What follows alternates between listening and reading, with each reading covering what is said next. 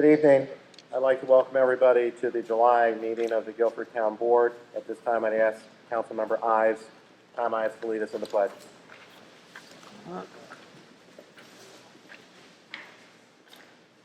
pledge allegiance to the flag of the United States of America and to the republic for which it stands, one nation, under God, indivisible, with liberty and justice for all. Just a couple of quick housekeeping items before we get started. There are bathrooms in this building. The ladies' room is behind us. I'm going to ask you, if you have to use the ladies' room, please come around from the far side, because we've got a lot of cords and things here, and I don't want anybody to trip over them. The men's room is through the hallway here just on the left, and I think the lights are on in both bathrooms. Excuse me. First item of business tonight is the approval of the June 12, 2019 board meeting minutes. I'll move we dispense with the reading. Okay, a motion has been made to dispense with the reading of the minutes. Second. Motion's made and seconded. Discussion. Hearing none, all in favor? Aye. Opposed? That's going to carry. I'll move we approve them as presented. Okay, a motion has been made to approve the minutes as presented. Second. Motion's made and seconded. Any further discussion? I have just a real quick thing. I'm sorry, Gail. You almost got this correction, but it's just a little bit different. Can you put the mic closer to you, please? Yes, sir, I will. In fact, let me just take it off from here. Okay, over on page 5H, it says park opened on May 1st. Actually, the park opened on April 15th. And the committee would like May 1st to be the opening date in the future. So it's just a switch around of those two dates. That's all. Okay? We'll make a correction probably in our July minutes on that. Thank you. Thank you. We'll be moving to from the floor in just a minute. I just want to review our public comment policy. Oh, we did not vote. All in favor? Aye. Opposed? Motion's going to carry. Thank you. Public comment policy and procedure. There's copies of this on the side table over there. We have been reviewing this at the start of most of our meetings. A 30-minute public comment period will be held during the regularly scheduled town board meeting each month. It is requested that individuals or representatives for groups who wish to make a statement during public comment pick up a numbered card. We're not going to be doing that tonight because we think we have a lot of people who want to speak, so we'll simply try to go one at a time. Speakers will have up to 5 minutes to make their statement. In the event a group of persons supporting or opposing the same position wishes to speak, a spokesperson will be designated to express the group's concerns. Speakers will be courteous in their language and presentation. If possible, it's requested that the speakers stand. We do have a mic set up in the front. We are trying to make sure we record this accurately. If possible, it's requested that speakers come to the front and be seated when they're finished. Comments must be related to legitimate town business. It's requested but not required that speakers will begin by stating their name, address, and any organization they belong to. Speakers will direct their statements to the town board as a whole and not to individual board members or to the audience. Discussion or debate between speakers and members of the audience will not be allowed. Any action items already on the agenda will be discussed as scheduled. The town board will not likely take action on a subject for which they have not had an opportunity to fully investigate or gather information. The town board, and we've done this traditionally, will hold additional public comment time at the end of our regular business part of this meeting. Okay, at this time, I'd like to open public comment to the floor. The first person who would like to speak, please come forward.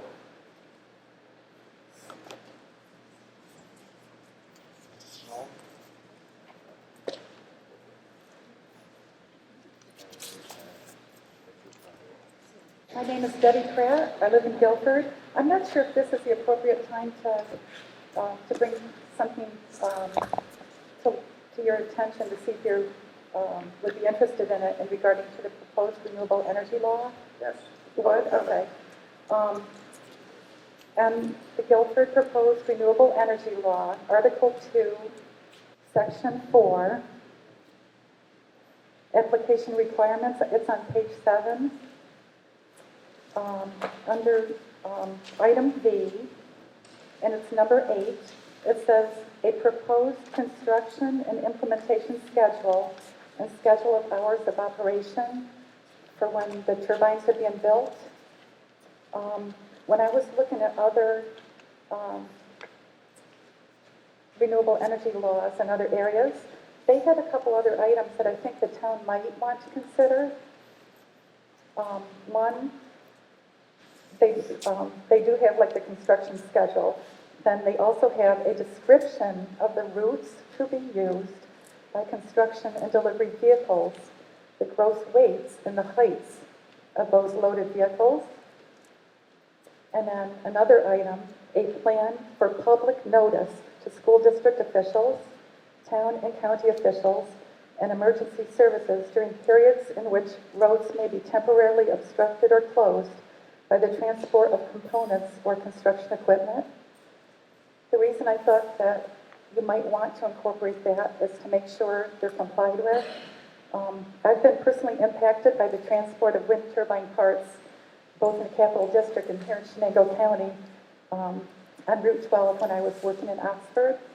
They were transporting some of the wind turbine blades, and they go very, very slowly. They require a large state police and police escort, and also a NYSEG escort that goes before them to raise all the power lines so these turbines, which are 2 lanes wide, can travel up Route 12. And, not only would that impact, police, fire, emergency vehicles, anybody that's has timetables, tractor trailer drivers, people trying to get to work. If you don't know about this, you could be severely inconvenienced. So I thought that would be good to incorporate that into ours, not to leave it up to their discretion, but to have it actually written. And they also have a stipulation about seasonal use highways, that if they need to use them in the wintertime, or if they need to use them at all, the maintenance of that is on them, not on the town highway department. And if you'd like what I typed up, I'd be happy to hand it to you if it's easier. Thank you.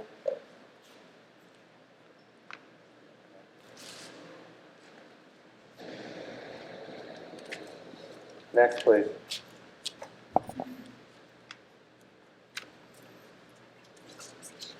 Is there anyone else wishing to make public comment? Sure.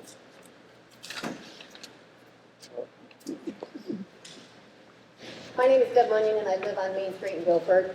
And my question is, if it was recently reported in the Evening Sun that the NYSEG is asking for an increase in their energy rates because of this renewable energy, which George Fennick, town supervisor, actually unanimously voted for, sending a letter that they were all in disagreement of it. So my question is, how then is it that the town can even entertain this renewable energy law with NYSEG wanting such a huge increase in our energy bills?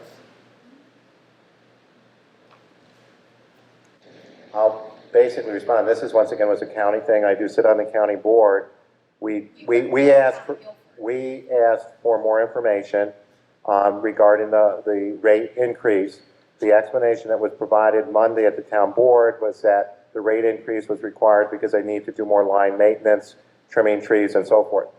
The reason we voted against this is we're looking for more information on that. We did not support that rate increase. I don't know, I did not read something different in the newspaper. But the board at the county and myself are looking for more information as to why that's happening.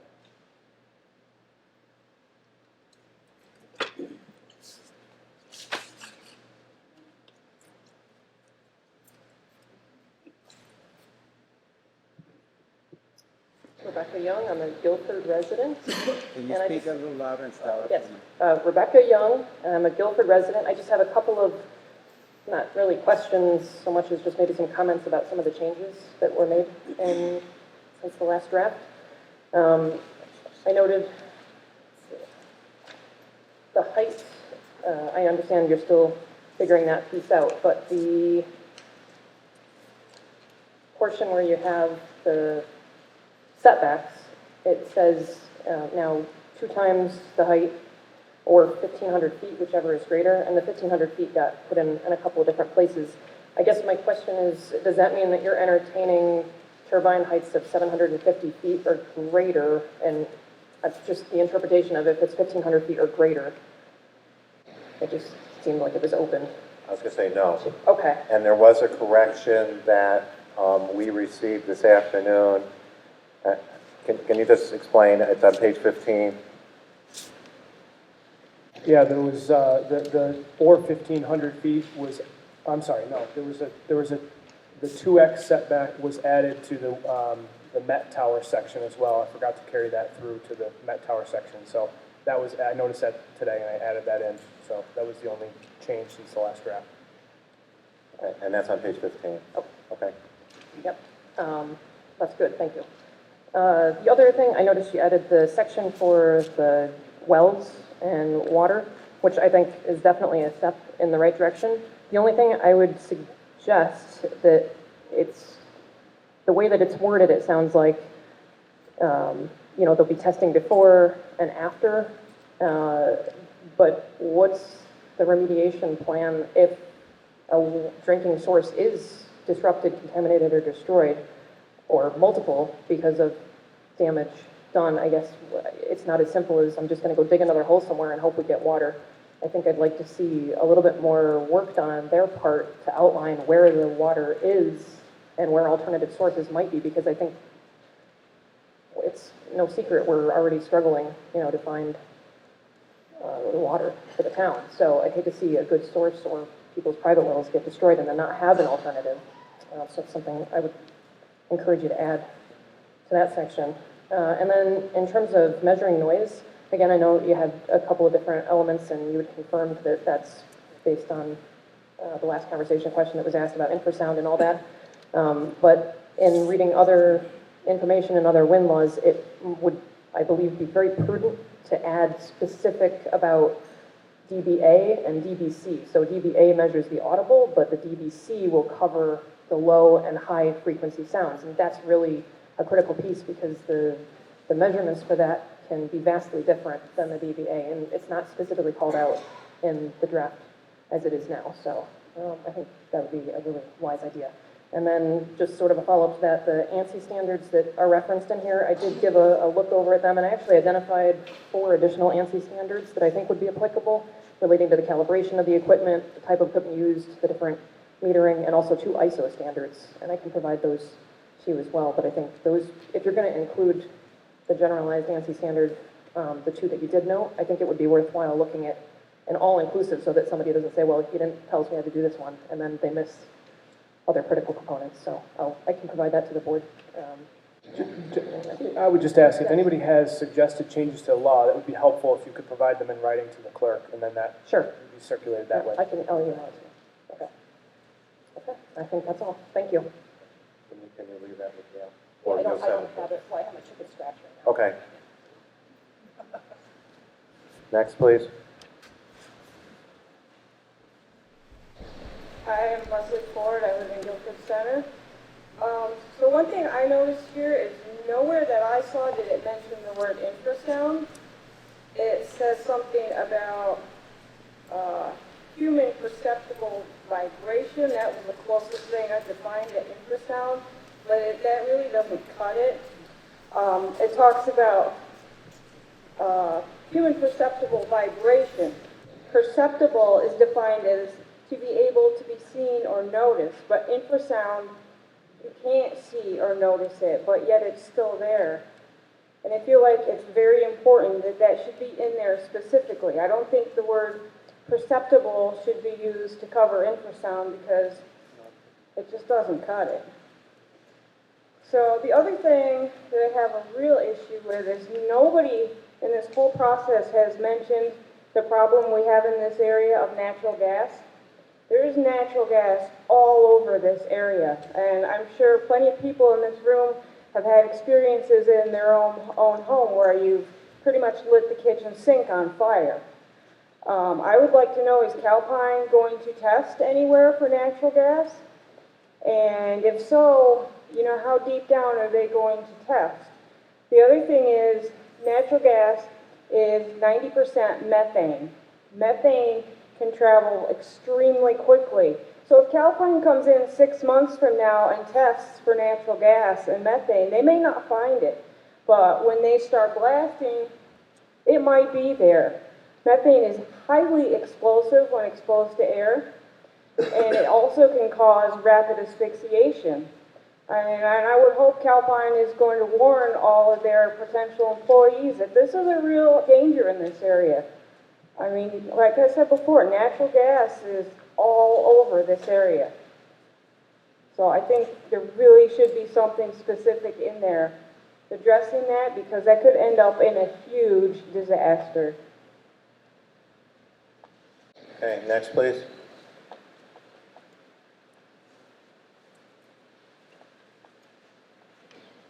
Please adjust the mic to your height. Thank you. My name is Richard Ank. I live in Rockwell Mills. My main concern is the very small setback that's in this law, which, if that was a greater number, would solve a lot of the other problems like the infrasound and the shadow flicker and the visual aspect of having these things near your house.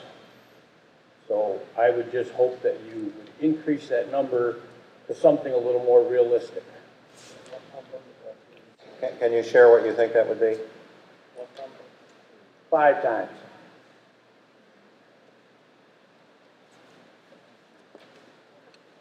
Okay, next, please.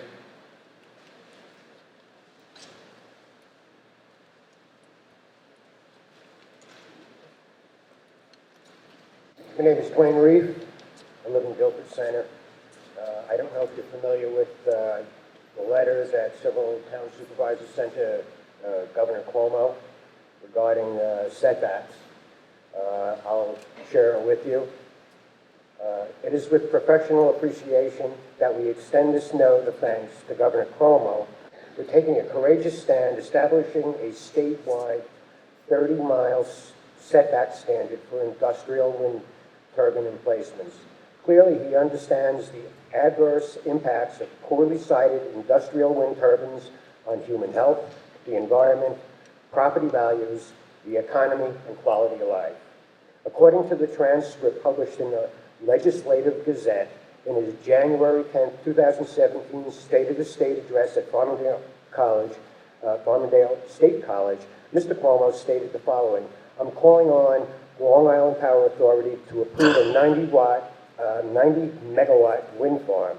It's enough to support 50,000 homes. They will not be visible from the beach. They will be 30 miles southeast of Montauk. Not even Superman standing on Montauk Point can see these wind farms. Those are his words. To whom did Mr. Cuomo make this statement? According to the Watertown Daily Times, he was addressing well-heeled Long Island summer residents who want green power but do not want their views of the ocean to be dotted with 550-foot wind turbines.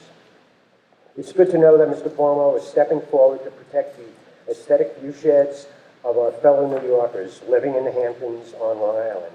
We agree with Mr. Cuomo regarding the critical importance of protecting beautiful landscapes for property values, tourism, recreation, and economic development. We, the undersigned town supervisors from upstate New York, represent constituents in towns on the Lake, Ontario, Littoral, and Thousand Islands. We may not represent well-heeled millionaires of the Hamptons, but we do represent rural New York residents who are overwhelmingly objecting to wind projects in order to protect their property values and viewsheds. They don't want to live next door to industrial-scale wind energy factories. They don't want to see the red blinking lights atop the turbines all night, every night, for the rest of their lives. Nor do they want to be subjected to the audible and inaudible noise that turbines produce. We look forward to Mr. Cuomo publicly stating that all New Yorkers are equal and that we should all be provided the same environmental justice protections, not just the millionaires on the Hamptons. We heartily thank Mr. Cuomo for ensuring that we now have what the state of New York considers a reasonable wind turbine setback, a setback that protects people, wildlife, the environment, and quality of life of all New York residents. A 30-mile setback from industrial and wind turbines is now the standard. Thank you, Governor Cuomo, yours very truly, Daniel Engert, Town Supervisor Somerset, James J. Simon, Town Supervisor Yates, David M. Starant Jr., Town Supervisor Clayton, and John J. Culkin, Town Supervisor Henderson. Thank you very much.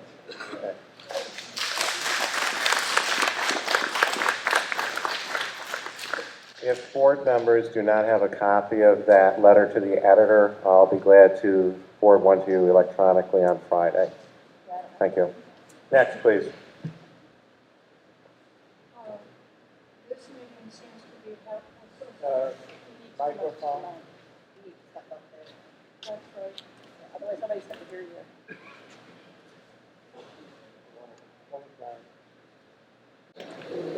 Yes, I need direction. I have not made a comment before because I am not informed about the windmills. I don't like big things. I didn't like the World Trade Center, but that's not reasonable to comment on. I was very disturbed by the last meeting, and I wasn't going to make the comments that I would have until the last burst of applause. I think it's inappropriate. I thought it was terrible how people were rude to the board members. They are just everyday people. They can't be expected to know everything. And I understand that the superintendent, which is it, supervisor, had reached out and suggested people come with a list of questions or something to that effect, which seems, privately, as opposed to barraging the town board with question and answer when it's very clear what the public comment is. I was a public school teacher in a difficult school, and I really was appalled at the behavior of the individuals. I'm very grateful for their informing themselves and being so proactive. I have not been. I've helped health problems. I was very active against fracking. Frack not, lest ye be fracked, that one. But anyway, thank you very much. No flapping, please. Next, please. Is there anyone else who would like to make public comment at this time?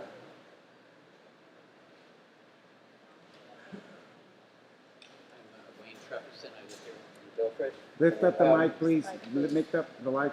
Take it up to the height of your voice, to your lips. Up. I'm Wayne Trefferson, I live here in Guilford. There's pros and cons to everything. I guess my feelings is that the town board, the first thing you should be considering is protecting the people here in the town. It seems like we're going to be in an electrical generating industry all around us, that we're going to be in the middle of this energy situation. 300-foot windmills didn't sound bad, but what they're planning here, it's just too much. It's just too big. I think what we have to be looking at, the people that have to live under these, because we're under a big generator. We're in the middle of a big generating field. There's pros and cons to this, and of course, a lot of this wind power hasn't been proven because of the lack of, they'll say they can generate enough electricity for 1,000 homes, and then you find out they're only generating 30% because that's all we have as far as wind is concerned. The cost of building these things is probably cost a lot more energy than what we're going to get out of them. But some of the cons is that we're going to be living in a generator. We're going to have one here and one there and all around us. And these aren't just the nice 300-foot ones. I mean, these are going to be way too high. As far as employment and business development, I think that it's going to cause people to move away. It's going to bring tax values down.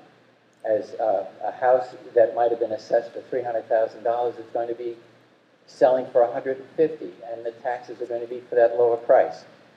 I don't know, I think sometimes big business runs away from these types of things, because this power usually, they tell you it's going to cost a certain amount, and it becomes a lot more. I think that solar panel might be a much better way of doing it, a much less expensive way, but for some reason, these people are making a lot of money building these towers. They're using a lot of public money to do it. And I just know that there's a lot of cons against this as well. But do you want to be living with a big windmill here and another one on this side of you, and you're in the middle of this? You're inside of an engine. You're inside of a factory. It doesn't seem like they're going to put them on top of the mountains. I mean, where are they going to put these things? How much study has the pros and the cons had to do with it? Have you been looking at some of the cons? And you're here to protect the people here. Do you really think this is a nice thing to be living underneath? That's all I want to say. Thank you. Okay, next, please.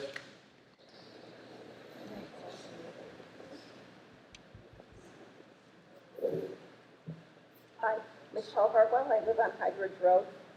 And I'm once again concerned with the setbacks. Can you get a little closer to the mic? All right. Okay now? Between 1.25 times and 2 times the total height, that is only 975 to 1,300 feet on a 650 tower. Okay, and you are still, again, I'm going to tell you, your wind law says that you're measuring from the middle of the column. What's the circumference of that column? How much are we losing of that 975 feet to our borders? And then we add on the big cement base that goes below it. So tell me that amount of footage.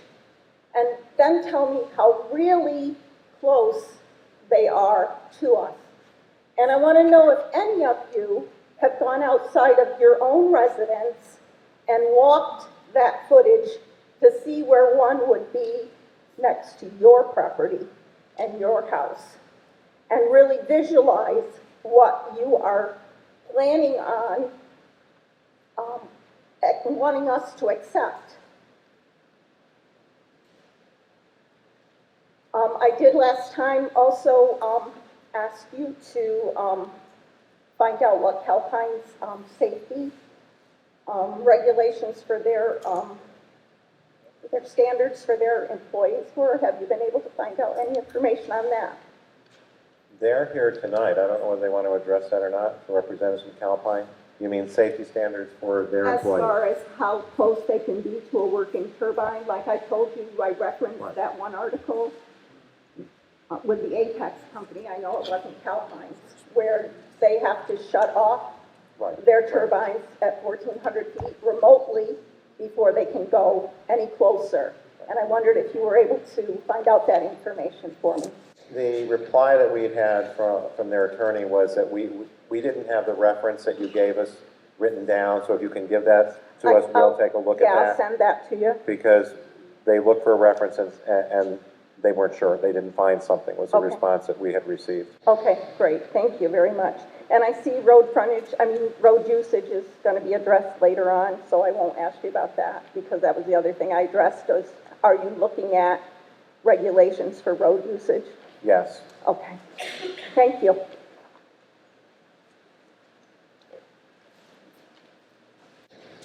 My name is Sarah Harrington. I live in Guilford. The concerned neighbors of Guilford received this letter from another Guilford resident, and I apologize, I'm nervous to speak in front of everybody, and I may cry because this letter is emotional. I just want to share it with the board. I was very glad when I received asking help concerning the large-scale industrial wind turbines. Sorry, I just want to jump back. I'm not going to use any names that are in this. I just want to keep it anonymous. As I am very much against it and have more than some residents to be concerned, as I will explain in this letter. My name is, and I am the mother of, who has signed a lease, his property for these turbines.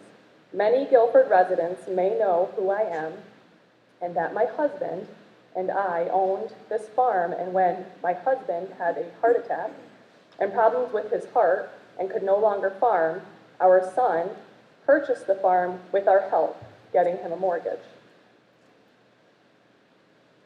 We have, in return, lifetime rights to part of this property, and we put a double wide on this piece. This parcel was left to my son by my relative as she lent my husband and I tax money one year. And when we went to pay her back, she said, no, I'm going to leave it to your son as I'd like to see the farm continue. And he has helped you by helping your husband. Lifetime rights were also to include my son making sure our garbage was removed and our driveway plowed. In all the years, he has never continued that part of the agreement. I take care of it when I am able to afford it. I certainly can't do it myself as I am elderly. I love Guilford and where I live on part of the farm and do not want to live elsewhere. I love the land, the view from my home, the wildlife who come near my home. I have animals as well. They needed homes. Sorry, this is a little, I'm trying to read it word for word. And I love animals. I've had them many years and this is their home. I do not have to worry about them as they are far enough from the road as I have a long driveway. I do not want to move. I love where I am. The countryside I see from my windows of my home. Now, before I even heard about the wind turbines, my son came to me and asked how I would feel about moving.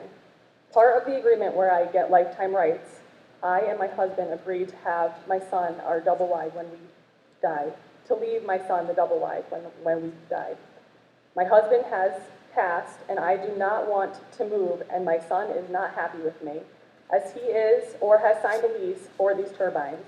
When he asked me to move, said they needed where my double wide is situated for some kind of a station there to run or whatever these turbines in the areas. So they want my home gone. My son is very unhappy with my decision to stay here. My lawyer says they can't force me to leave.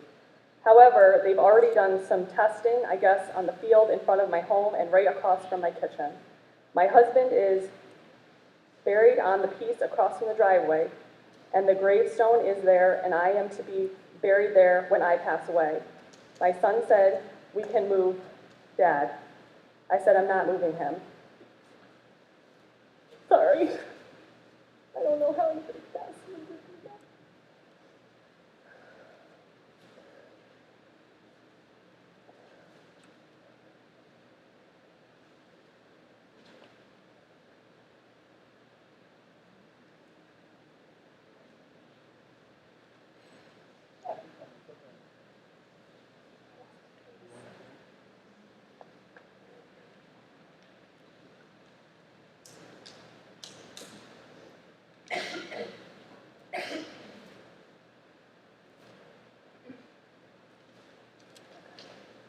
I do not want these turbines because of all I've explained above, but I do not want them even if all of that hadn't happened. I put up the signs, no windmills, and put it by my mailbox, not on the property, so there would be no problem. My son or someone took it down and left it on the ground. I put it back up, and my son, after a phone call from him telling me I couldn't do it, as he has signed an agreement with these people, he's going to lease the land to put these windmills up. I put the sign back up. He or someone else took them down and took them away. I do not have, sorry, I can't read that. Oh, I do not have TV and only listen to radio for the weather. So I never knew when the meetings were. When I did get a call from someone I had talked to about everything, I couldn't attend that meeting that day. When you mentioned all you did in the first paper notice, I do not have a computer. I decided to write this letter just to make sure people know that this will affect me more than many in Guilford. But whether it does or does not affect them, I love Guilford and I do not intend to leave my home. The town board should write a protective wind law so that residents' health, safety, and well-being of Guilford, present and future residents are safe. I pray no one else has to be faced with what I've been going through right now over this matter. I love Guilford, the countryside near my home, the wildlife that I see from my kitchen window, the peace and quiet when I am outside. My health is already affected because I am so upset with all of this and what it means to me already and what it will mean for Guilford. If this goes through, it could kill me in the end. Put yourself in my place. Elderly have no one that pays all I have to take care of with a social security check that doesn't cover monthly expenses, a hospital bill that insurance hasn't covered, all from the result of an accident. I'd be in so much more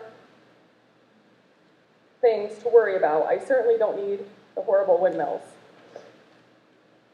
I am sending this letter just in case the good Lord takes me before I have my say, so it can be read. If this goes through in Guilford, there will be no Guilford, no beautiful hills, no beautiful wildlife, birds, no one who will ever want to live here. There will be nothing of value that the Lord has given us for free now.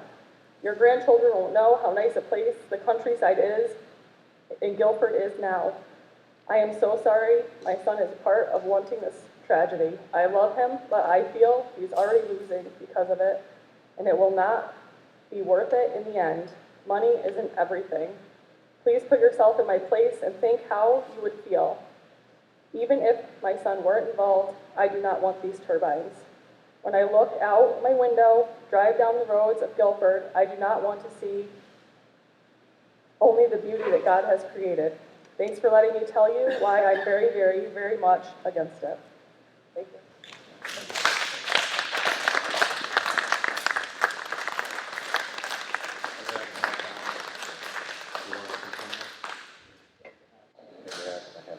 You want to continue or move on? Is there anyone else who'd like to speak at this time? My name is Jessica Grow. The renewable energy draft that you have is very evident that the board is in support of these wind turbines coming to Guilford. Not only is your support of the wind turbines tearing apart the community, but now there's evidence that you're tearing apart families over money. I am from Unadilla, and I am here to stop these because I am afraid that they're going to come to my town next. You're going to set a precedent that affects not just Guilford, but all the towns around you. Because if Calpine is successful here, they're going to scam.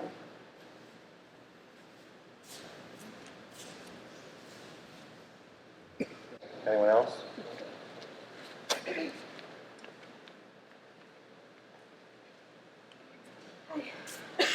Thank you for extending your time. I want to address a couple of things. Mike? A couple of things, is that better? Okay. On the first page, the purpose. My name is Priscilla Weldon. I live in Norwich, right on the Guilford line there. Okay, on the first page, section 2 in the purpose.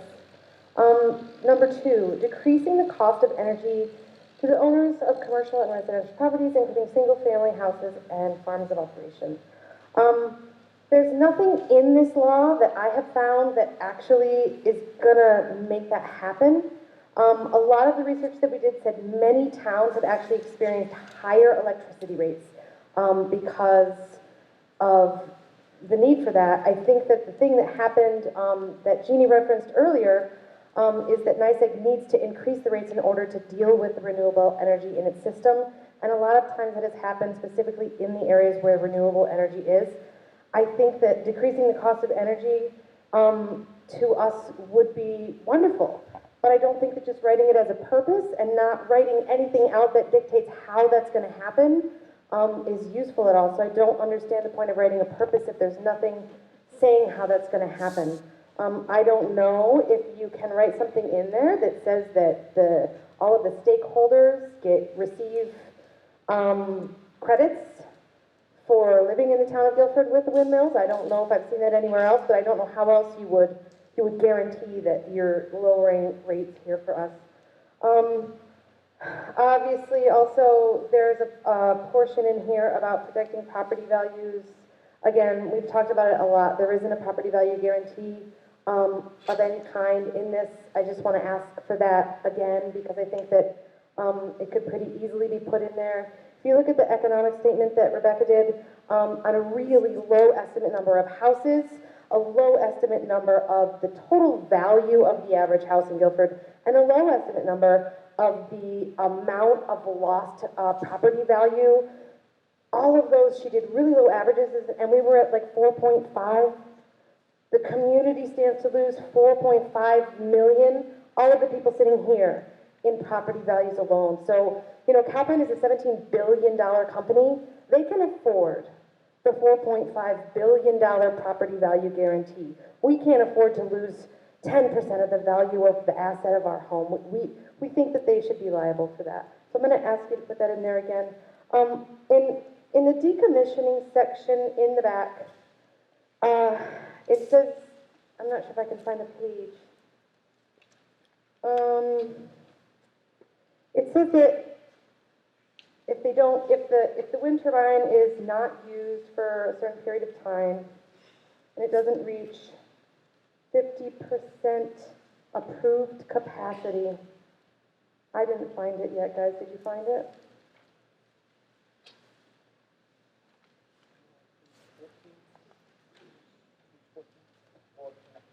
Yeah. Page 23.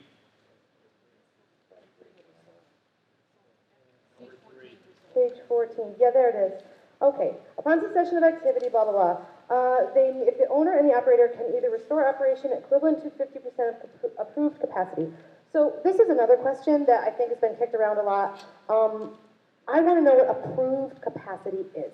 It's not defined in here, or if you have the definition, I'd love to know what it is, because people have talked about how this is built as a 100 megawatt wind turbine company, and a lot of professionals say that, a lot of people say that, you know, the average amount, and I think I've even read in the Bluestone application that the average amount is 30 to 40%. Some people think it's a lot even lower of what they're saying 100% capacity would be the wind blowing at the perfect speed, 24/7, 365 days a week.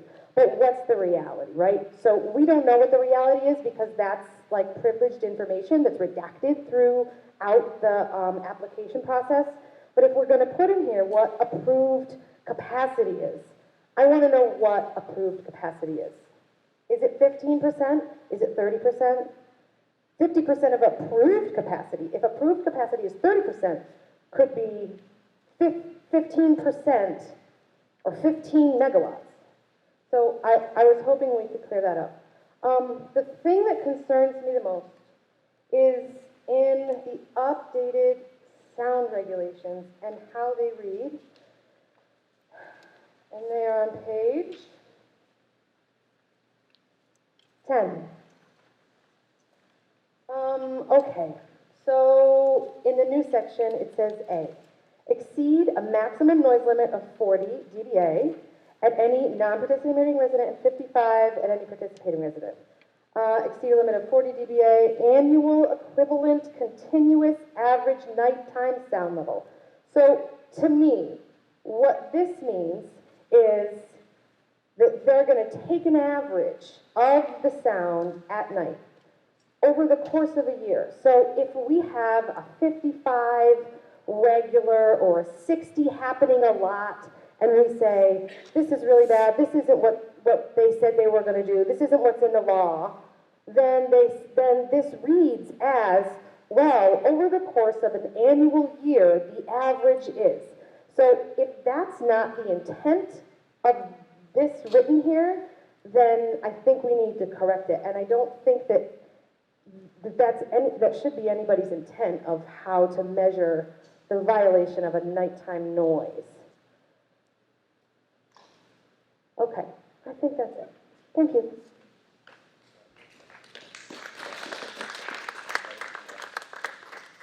Okay, We will open back up to public comment again after we complete the regular business portion of our meeting. We have, I think, probably provide a little bit more than the 30-minute initial. Okay.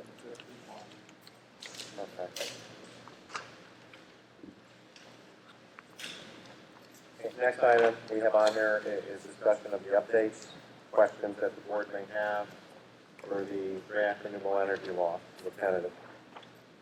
Item number 5. Item number 5. Okay, Brady, I guess I'm going to sort of turn it over to you at this point in time. Sure. And So based on last month's meeting, I went through and added the changes that were requested, that I was sure were requested. Anything else, maybe may still be up for discussion. So I'll go through the changes. I know you've had them for a little while, but I'll go through them and we'll talk about them, okay? Sure. So on page 2, I added a definition of residence. Throughout the law, there's references to participating residences and non-participating residences. And through researching other projects and decisions on other projects, I noticed that there's debate. This issue's come up. If the term residence is used, there's confusion over whether it's meant to mean permanent residences or also to include seasonal residences. So I wanted to clarify here that when we use the law or the word residence throughout, we don't just mean permanent residences, we mean seasonal residences as well. So if someone comes in on summer vacation and they stay in their lake house, that would be considered a residence here, not just because they're gone most of the year, it doesn't count. Again, this was actually one that wasn't really brought up, it's just something that seemed like a good idea.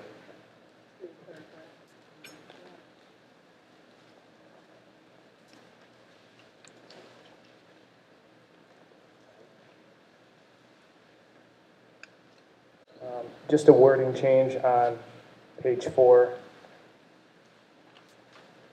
There was some discussion last meeting about the wording that we used for the lighting standards, and it was confusing. So I tried to clarify them and make them clearer. So I think the best place to point that out is in another section, and I'll show you when we get there. On page 5, top of page 5.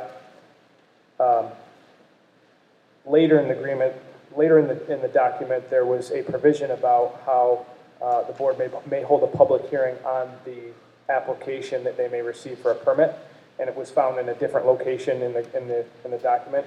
It wasn't really appropriate there. It's better located here, so I just moved it from one location to the other. That's all that is. Again, further on that page, there's a requirement that they provide a survey of the they used to say facility parcels. I added the word tower facility, which is a defined term. So they don't need, an applicant wouldn't need to survey every parcel, just the parcels where there's a tower facility.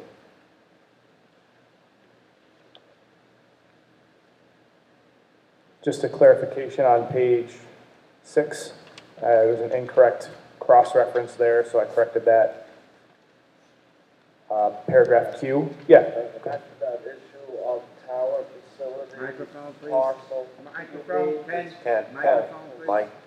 And also, if you can't hear, I can try to repeat the Sorry, question. I just wanted you to clarify again that item E, a survey of the tower facility parcel.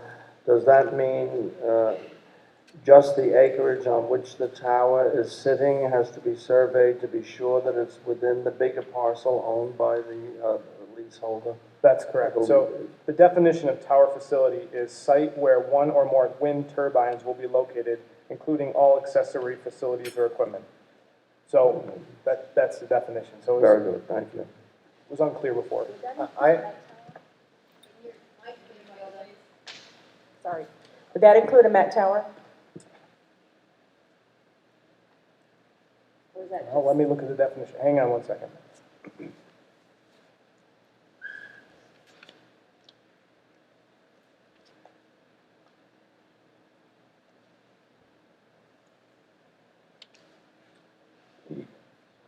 Yes, because the definition of wind turbine is broad enough. It says any tower, pole, or other structure designed or used for the support of a rotor that consists of blades and hub, as well as nacelle and generator for producing electricity. Actually, no, it wouldn't, because a Met tower is defined as just testing for wind data. So if we want to, I guess if we want them to do a survey on a parcel where there's going to be a Met tower, we should probably specify that. I just want to clarify. Well, I mean, that's up to the board. Met towers are generally smaller. They're meant to just collect data.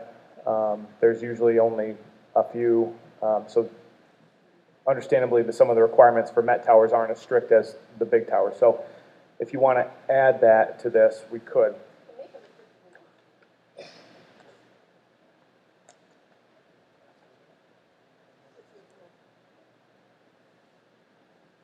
I don't think it's necessary for a Met tower. The measurement tower, wouldn't that be maybe a temporary structure if it's measuring? They're intended to be temporary, and they have to, with a Met tower, it's a temporary permit. They have to come back and renew it if they're going to keep it or want to put a new one up. So that's the idea. I just have a concern about the survey. We have a lot of properties, I'm assuming, that have not been surveyed in the town, and there's a lot of other pieces to this project. You know, transmission lines, roadways, and so forth. We've had some things come before the board when they were doing subdivisions because somebody's gas tank actually that they thought was on their property was 10 feet over or something. To me, that's a concern. And even places where we have surveys, they're not always in agreement. You know, my property was surveyed when I purchased it, the neighbor's property was surveyed, and we have this no man's land in between us. And the question is, it's not a big deal to me, but who actually owns that other 10 feet that becomes wider the further you go on the property? I don't know what to say, because there can be cases where you think that's your property, that's where a roadway or something is going to get put in, and I would say if there hasn't been a certified survey done, one needs to be done for any places in the installation. So just so I'm clear, would it be for any type of component for the facility? So a transmission line? I would think so, yes. Okay. If there isn't a current certified survey for that parcel, that would have to be done. And you know, you can even go a step further and require that a copy be provided to the landowner, because it's not obvious that it would have to be given to the landowner. That's a benefit to the landowner as well. I would say so, yes. I would agree with that, because I know the farm has been in our family so long that when I look at the assessor's records,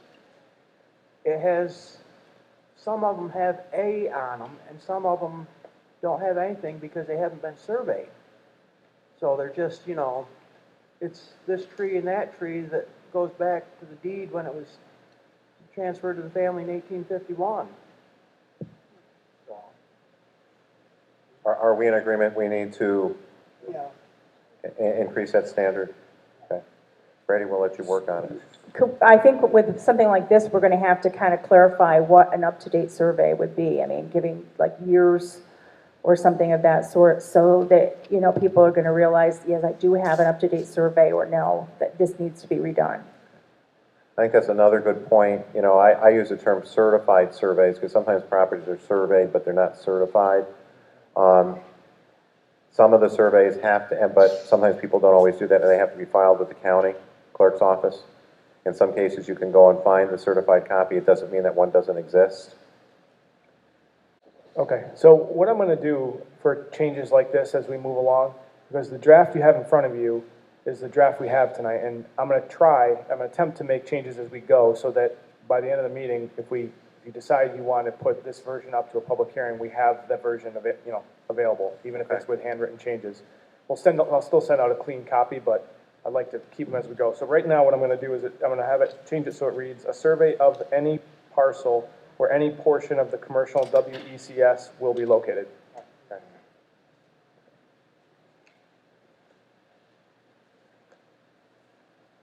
Okay, so page 7. There was a comment, top of page 7, paragraph U. There was a comment last meeting about clarifying that they have to comply with, Dig Safely New York requirements and go through that process. So I added a reference here to that.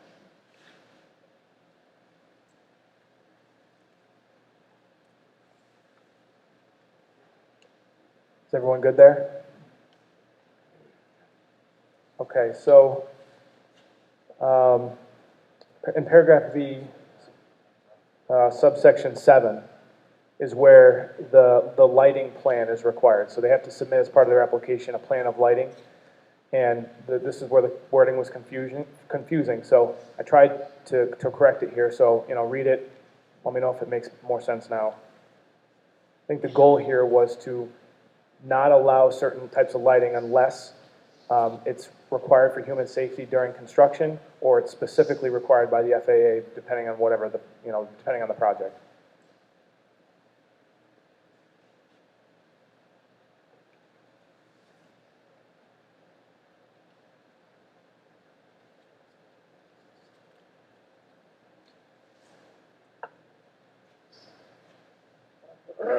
Brady, after the word.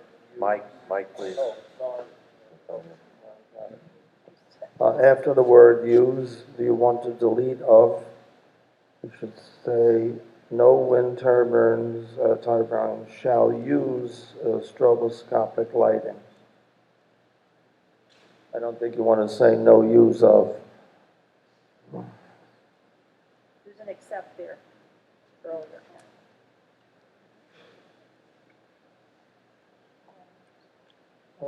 No, I'm just concerned with the word of. That should be Yeah, no, deleted. I think you're correct. Yeah, That should be I had deleted. added of because before Right. it made sense, but now it Delete doesn't. of. Okay.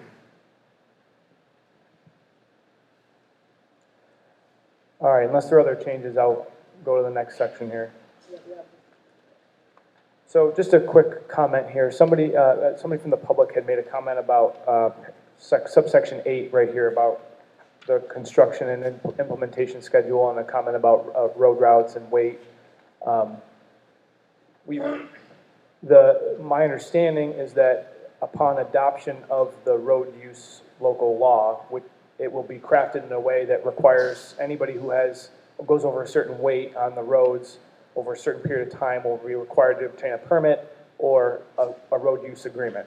So that's a valid point that this issue should be addressed. It's just my thinking in drafting this that was going to be covered by a separate standalone law. Now, we could cross-reference that and say something like, shall comply with any existing road use local law, something like that.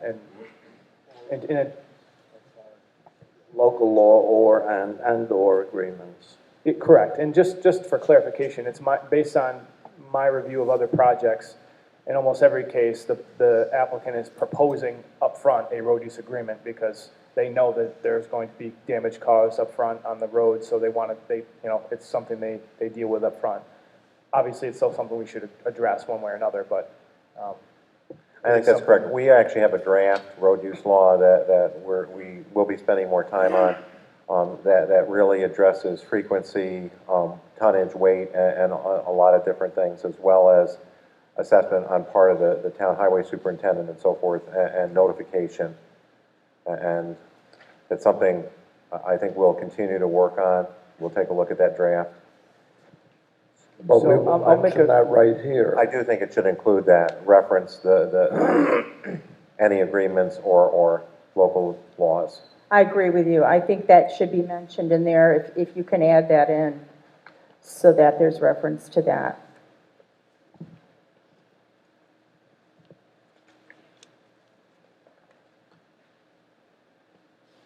just bear with me here. I'm going to try to hash this out.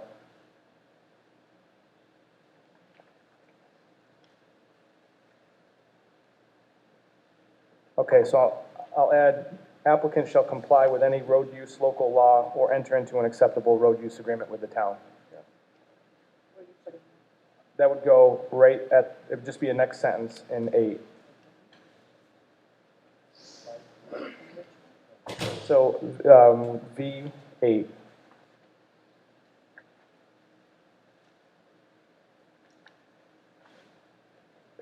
Page 7.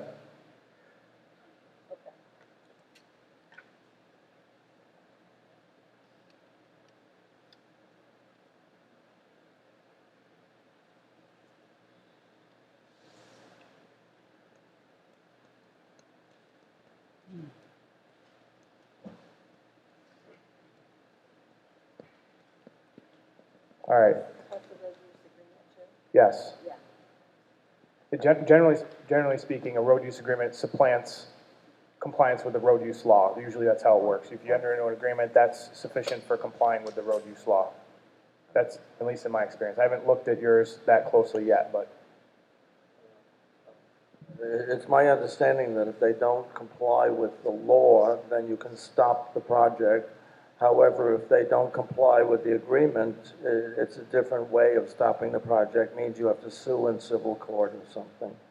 One is contract law and the other one is town law. that's true. But it's good to have, if you have the local law as an underlying foundation for the road use agreement. So let's say they've entered into a road use agreement and they're in breach of it. You know, you could fall back to the local law and say, Right. you're not in compliance with the local law.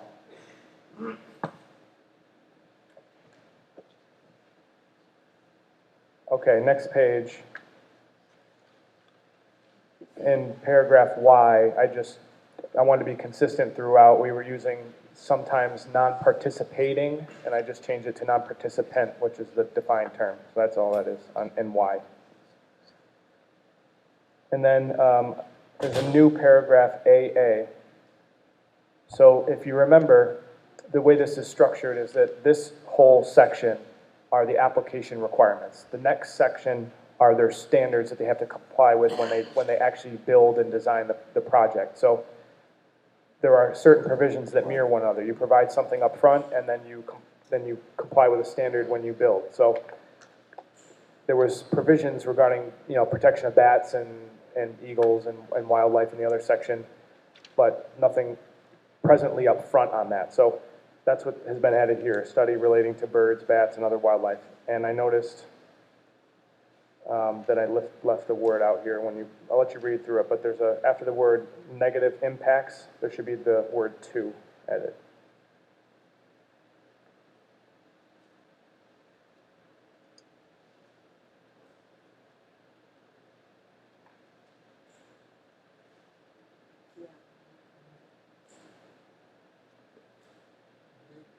So if everyone's good with that, I'll move on to the next one. The next one is BB right after it. So again, there was lots of discussion last time about blasting and the potential effect on wells and water potability. Again, you'll see as we go further on, there's a new section on that in the design standards section. But up front, I think there was a comment mentioned about this as well, that there should be some investigation done to actually show where these things are, and that's what was attempted to be here. So they have to provide a report identifying active water wells, water supply wells, or water supply intakes on parcels within 1,500 feet of any sites where blasting may occur. And then you'll see how that is applied later in the agreement. Why are we using 1,500 feet? It would seem to me that you may impact wells that are even farther away than that. Yeah. Why are we limiting our request to examine wells, only those within 1,500 feet of the blasting? I think I pulled that from, I believe I pulled that from another project. Give me a second, I'll try to refresh my memory here. So we'll just real quick, let's jump to page 12.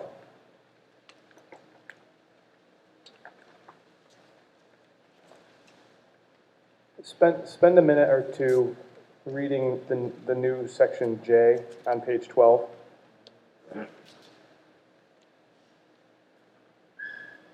This section summarizes what I expect will be the conditions imposed upon the Bluestone Wind project that's proposed in Sanford and Windsor. This was heavily negotiated between DEC and Department of Public Service, and this is kind of where everybody settled on. So all I can tell you is from my experience in those discussions that nobody seemed to be concerned about, once you got out that far, out to 1,500 feet, nobody seemed to be too concerned that a blast would affect something that far away. So that was That's my recollection of it. So we Isn't can that go really further. too close, though? When you're talking about 100 feet, that's what it says. Be located within 100 feet of an existing water supply. It I says- think that's pretty close. It says that no wind turbine will be located within 100 feet. The no wind turbine will be located within 100 feet of an existing water supply well or water supply intake.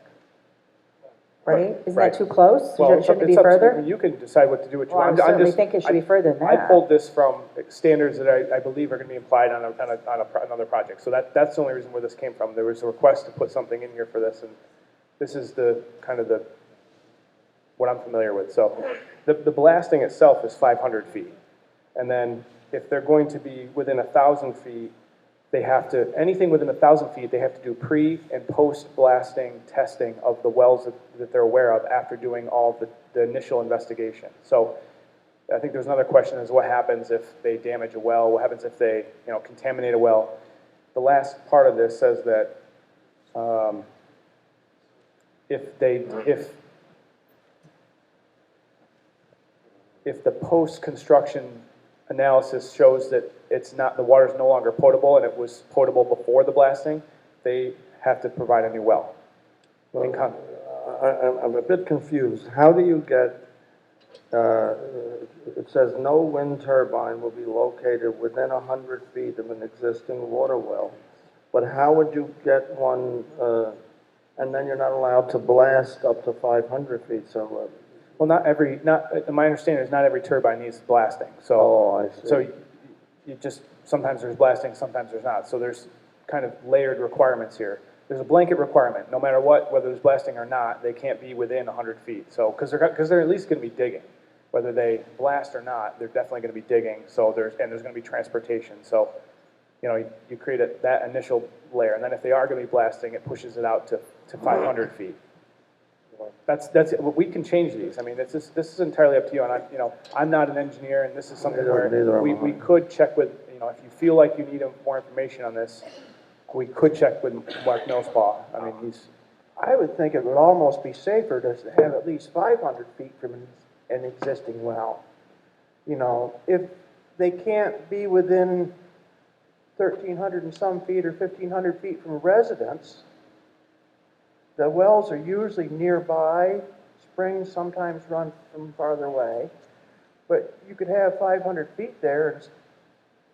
And, rather than 100, I'd go with 500. Is everybody pretty consistent on that? I think that makes sense because if they're realistically, if they're complying with a setback from a residence, they're most likely that the well's going to be close to it. Usually the state code standard for setback from a septic system is 100 feet. Yeah. And that's a private system supplying a residence in most cases. I agree. I don't think I would go with it minimally 500 feet. Do you want to increase the 500 feet then from where they're going to blast? So in other words, they can't blast within, right now it says, so we've increased the 100 to 500. The next threshold is 500 feet from blasting. So I don't know if you want to keep that or not.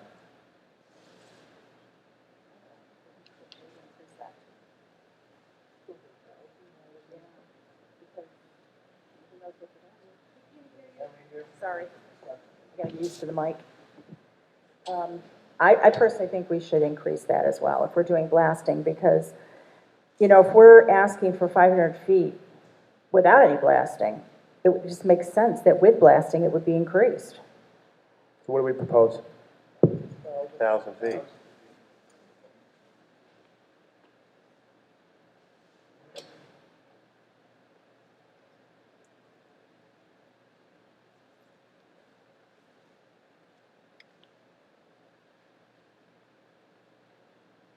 Okay, so I think, just reading through, make sure we're consistent here. I think number 4 then, which, I think number 4 probably should be increased to 500 as well. I agree with that, yes.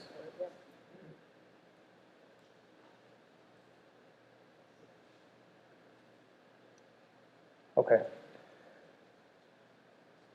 If everybody's good there, we'll jump back now to where we were. Page 8.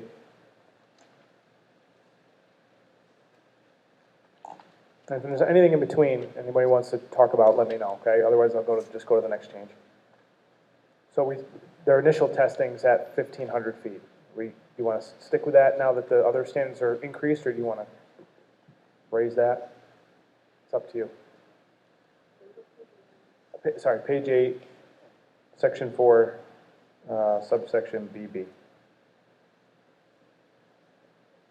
So this is just an initial report that they have to provide with their application. So they have to do the initial investigation.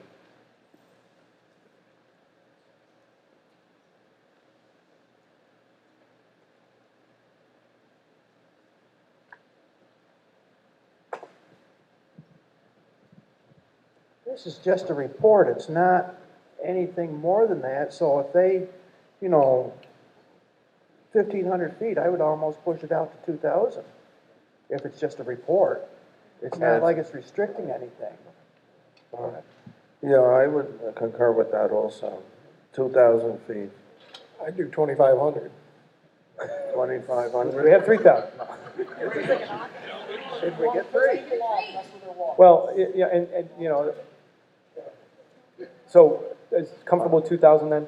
Oh, well, I 2,000, heard 20 2,500, Is that and what I'd be you- more happy with that, simply to identify the wells so that we understand that they should be tested before construction and even after construction. So 2,500 feet would be sensible, I think. Okay. Next page.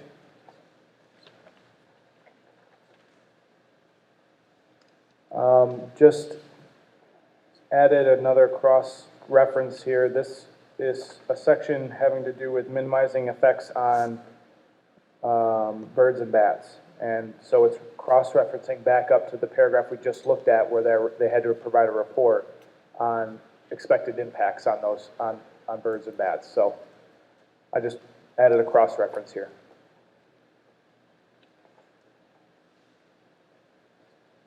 Further down in section B5, just found another remaining inconsistent term there, the wind energy deriving towers. I just changed to wind turbines.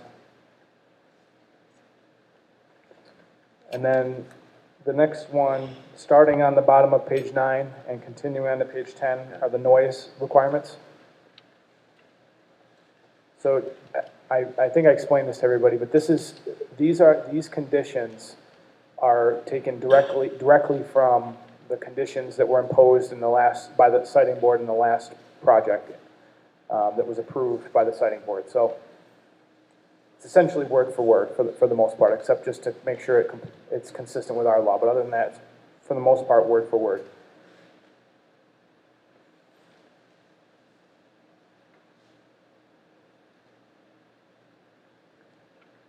So there was a comment on B there that talked about, it was regarding the 40 dBA night outside and then the annual equivalent. That is the intent of this. It's an annual average. That's what this is. That's what they imposed in that project. It's a 40 dBA annual average. So just to be clear, the concern that was raised was that there's going to be fluctuation. And it could be, it could be 100 dBA at 1 second, and then the next, hour it could be really low. It could be 20. But the annual average has to be 40. Now, this is up for discussion, obviously, but this is what has been imposed and has been agreed upon by various agencies in New York State. So, that's where this comes from.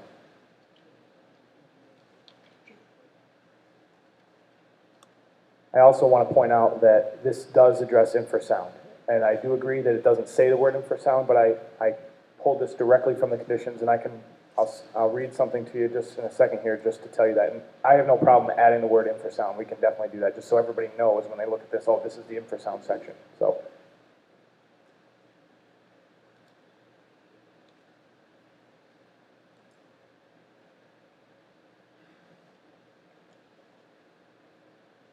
So when we're talking about low inaudible frequencies that may be perceived by physiological sensations such as pulsing or vibration, that's what we're talking about infrasound, okay? And so in the other case that I'm referencing here, this is how they explained it, and I can add the word infrasound in here. So it's really D. So from the other project, it says, we impose a regulatory limit of 65 dB LEQ for the low frequency sounds and infrasound at the full octave bands of 16, 31.5, and 63 hertz measured outside of any non-participating residence. So if you want to add the word infrasound, I would suggest we do it right at the end where it says, in parentheses, sounds with strong low frequency content. I would say infrasound and sounds with strong low frequency content. So that way just everybody knows that's the section.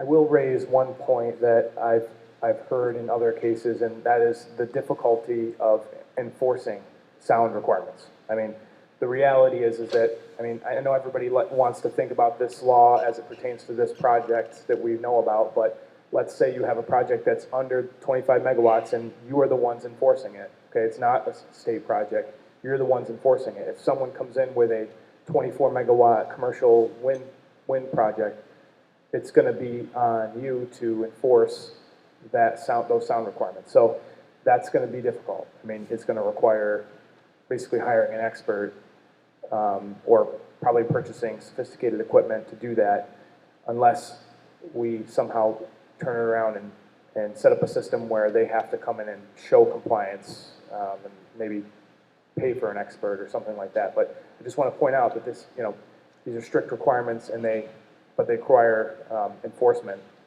And it's I don't think you have a county code, right? You rely on the county to enforce We do, but they don't enforce sound regulations. Okay, so you're basically, I mean, you don't have anybody to enforce this law, this section of the law in particular. So it's something that would need to be addressed one way or another.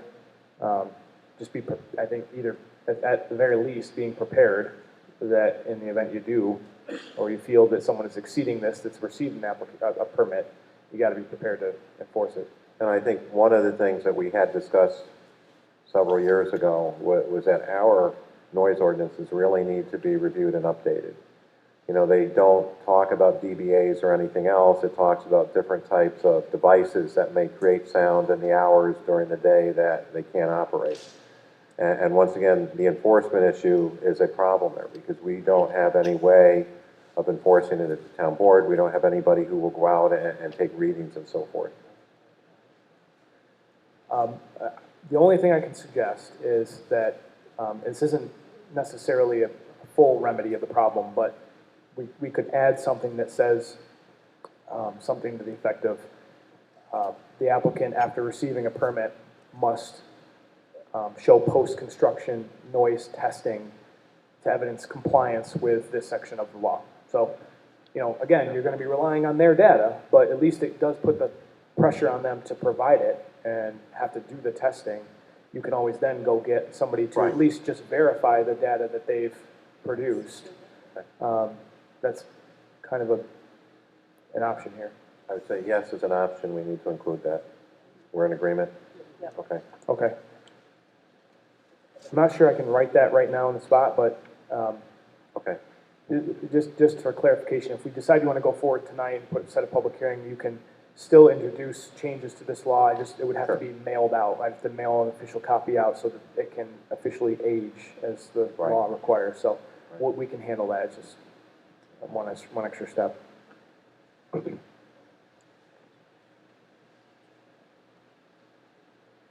Okay, so the next section are the setbacks. The discussion before was making it 2x from non-participant residences and 2x from sensitive sites, but also increasing that so that's 2x or 1,500 feet, whichever is greater. I think part of taking a look at that, and my understanding could be incorrect, not all the turbines are going to be the same height. And we want to have a minimal standard of at least 1,500 feet.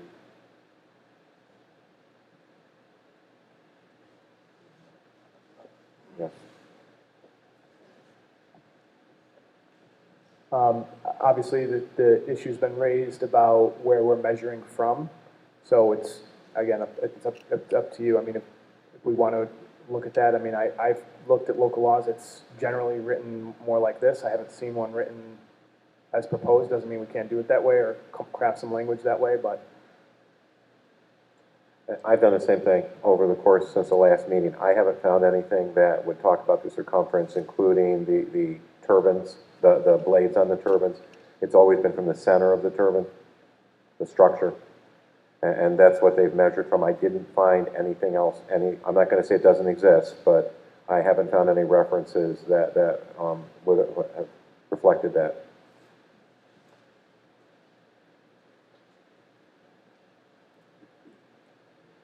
All right, so next section, page 11. I've kept the height requirement as it is at this point, unless anyone wants to change it.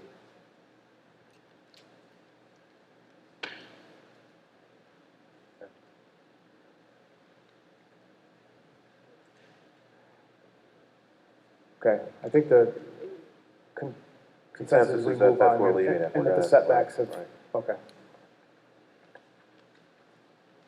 Just added the word "or," as you can see there, just a typo there on the next paragraph, G4.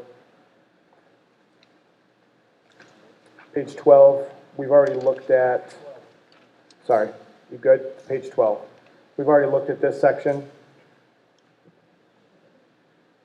Brady, the only thing I have on 5 or at the bottom of the page, after it's tested but failed to meet such standards post-construction, the applicant shall cause a new water well to be constructed in consultation with property owner at least 100 feet from collection lines, blah, blah. So it should be 500, we picked there. Well, probably. And my other question is, so what happens, we have a contaminated well and then we're gonna drill a new well?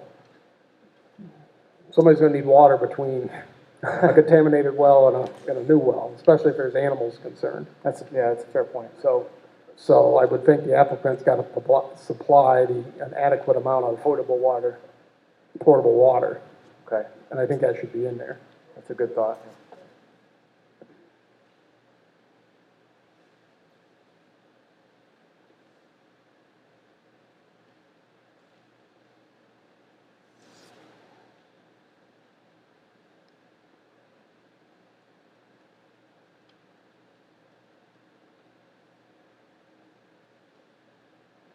Okay, and I just wanted to point something else out. If you look above that in subparagraph 3, there was a comment tonight about incorporating a broader incorporation of the ANSI standards, which are noise type standards that are national standards. And it does say here, wind turbines shall be built, operated, and maintained to applicable industry standards of the Institute of Electrical and Electronic Engineers and the American National Standards Institute. So so we have the specific reference to prominent tones that's referenced in that ANSI standard, and then generically, the purpose here was a catch-all. You still have to comply with these national standards.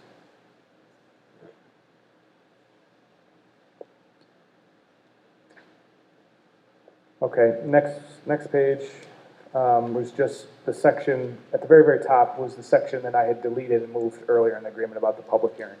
Okay. And then I had to renumber the sections here because I messed that up.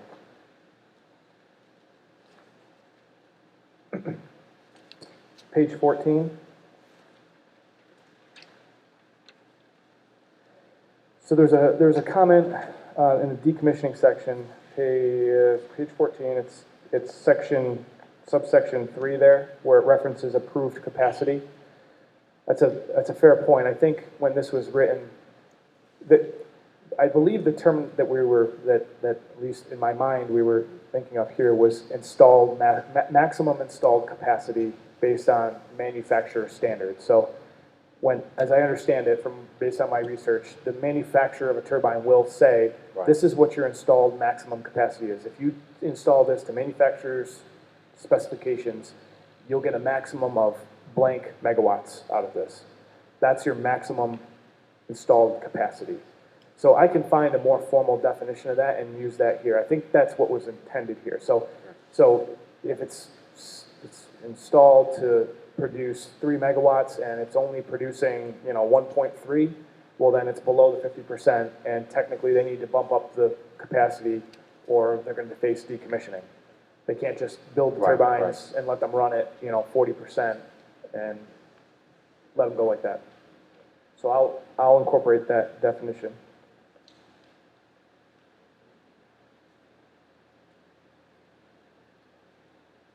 Just another, further down, just another correction of the page, or the section number there. Section 7. Page 15. As I said earlier, I emailed out earlier today a correction on this that I had noticed before the meeting.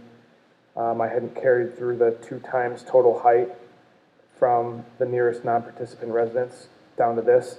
As you notice, I didn't include the 1,500 feet here. It doesn't seem to make sense for the Met Towers, since the Met Towers are smaller. They're 200 feet versus whatever. So the maximum doesn't make sense here, unless you wanted to put in a lower maximum. Does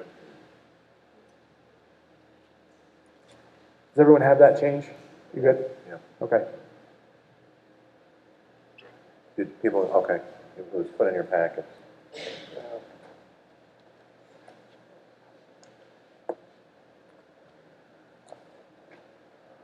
Okay, the remaining changes are in the solar section.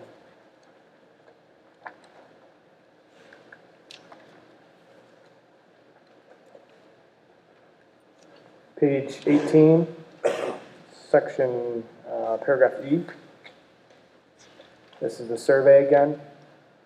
I think what I would do here is just carry over the same changes we just talked about for wind to this section.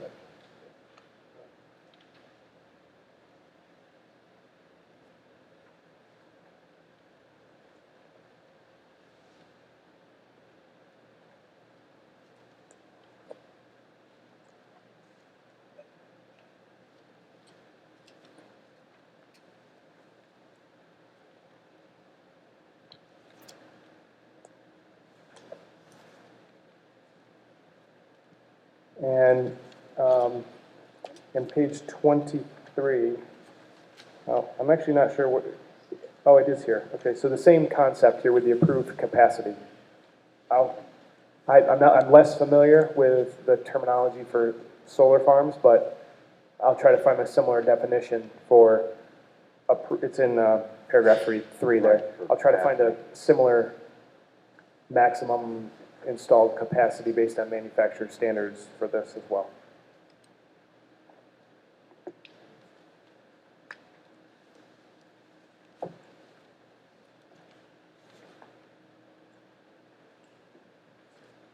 So that's it for the changes to the law.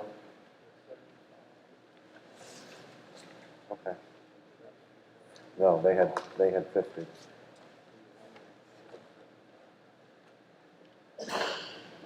I think they can make an adjustment. I would leave. Under the solar, I sent the mapping out to you, and I responded because we had questions about that project and what the setback was, and they said typically they do 50. We have 75 in our local law. I don't see a problem with leaving it at 75. And if we proceed with that project, that's something they're going to have to do.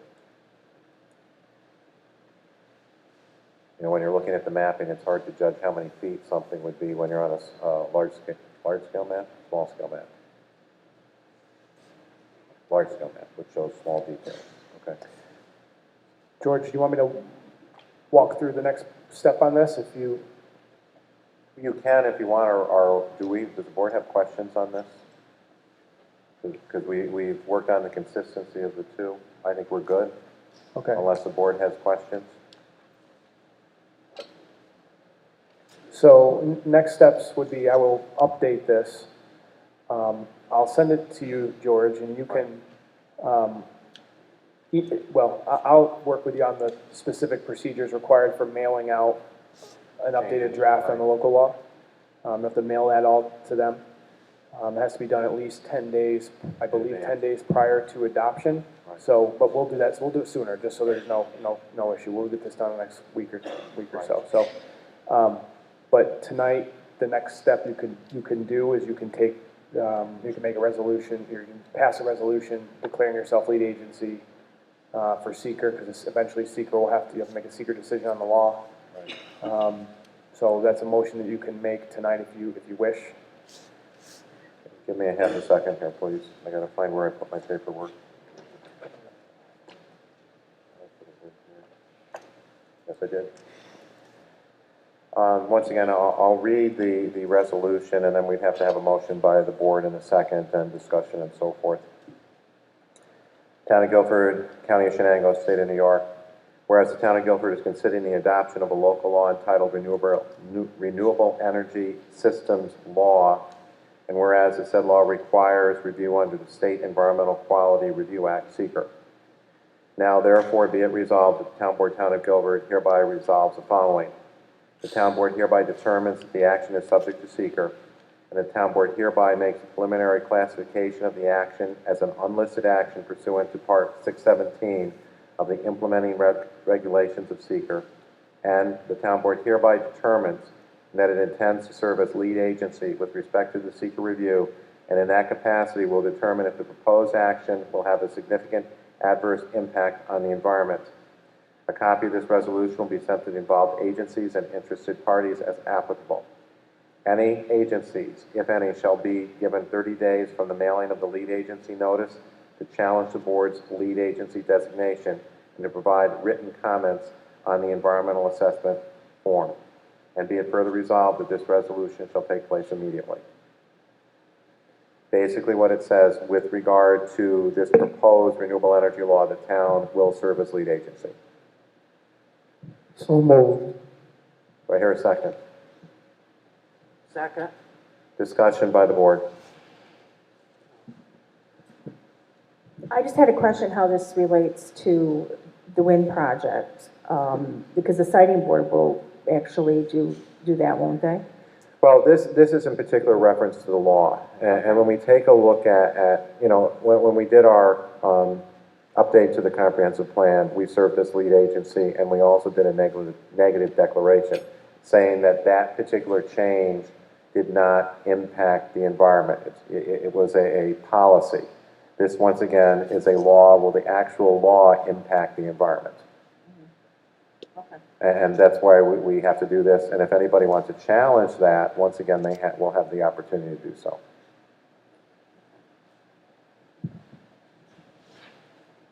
What you just said is we won't be able to do the law for at least 30 days after we filed this, right?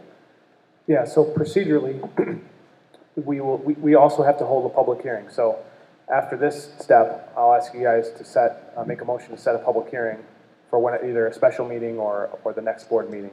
So at least 30 days, that would probably be whenever it is, but you do have to wait. Well, technically the county has up to 30 days for their 239 review of this. They may return it sooner, but realistically you're looking at least 30 days. So right, and part of this is I'll need to submit the proposal to 239 review. I spoke with the county. They minimally require at least 10 days to take a look at that. I think it's going to take longer than that. 239 review met yesterday. Sometimes they do meet more than once a month, depending upon how much is going on at that point in time. Okay. Any further discussion by the board? Hearing none, all in favor then? Aye. Opposed? That's going to carry. it couldn't hurt. Okay, we'll do roll call. Councilmember Fogarty? Councilmember Tom Ives? Yes. Councilmember Terry Ives? Yes. Councilmember Ward? Yes. And Supervisor Senek is also yes.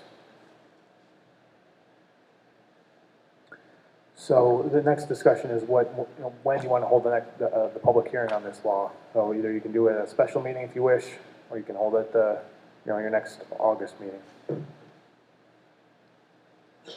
Or both. Or both.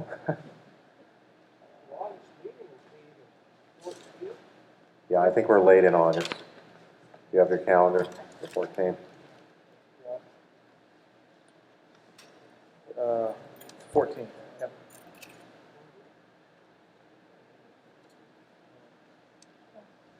Does that work for board members? Yeah. Okay, we're going to have a resolution then to, Yeah, just a motion to set a public hearing on the renewable energy local law for the next regular board meeting. it'll be at 7 p.m. That's what we've typically done. Okay? We won't be able to do it sooner. I so move that we set a public hearing for the 14th. Okay. On the renewable energy, proposed new renewable energy law. Do I hear a second? Okay, board discussion. Hearing none, all in favor? Aye. Opposed? That's going to carry. And Brady, you have to make sure you get us those changes. I'll do that right away. Okay, thank you. Okay, moving down on the agenda for tonight. Supervisor's report is next. Hopefully the correct one is in your packet. Somebody gave me August of 2018 in my packet and I started panicking. First item, the Chenango County IRT program will run July 12th through 22nd. There are still dental appointments available. There's information on our website as far as who you would contact for that. They do not have any more spade and neuter appointments. They have all been filled. I've been told that for eyeglass and prescription upgrades, it is done on a walk-in basis, and that there was still availability, but I would check on that for rabies shots for dogs and cats. The County Ag Tour is scheduled for July 26th. If any board members are interested in accompanying me on that, please let me know. The last information I had was that there were slots available on the bus. Been working on the cost-benefit analysis for the High Bridge Wind Project with the county. I've been going through the references on the sheet that we were given. I'll be at the county tomorrow. The County Planning and Economic Development Committee is also going to be working on that item.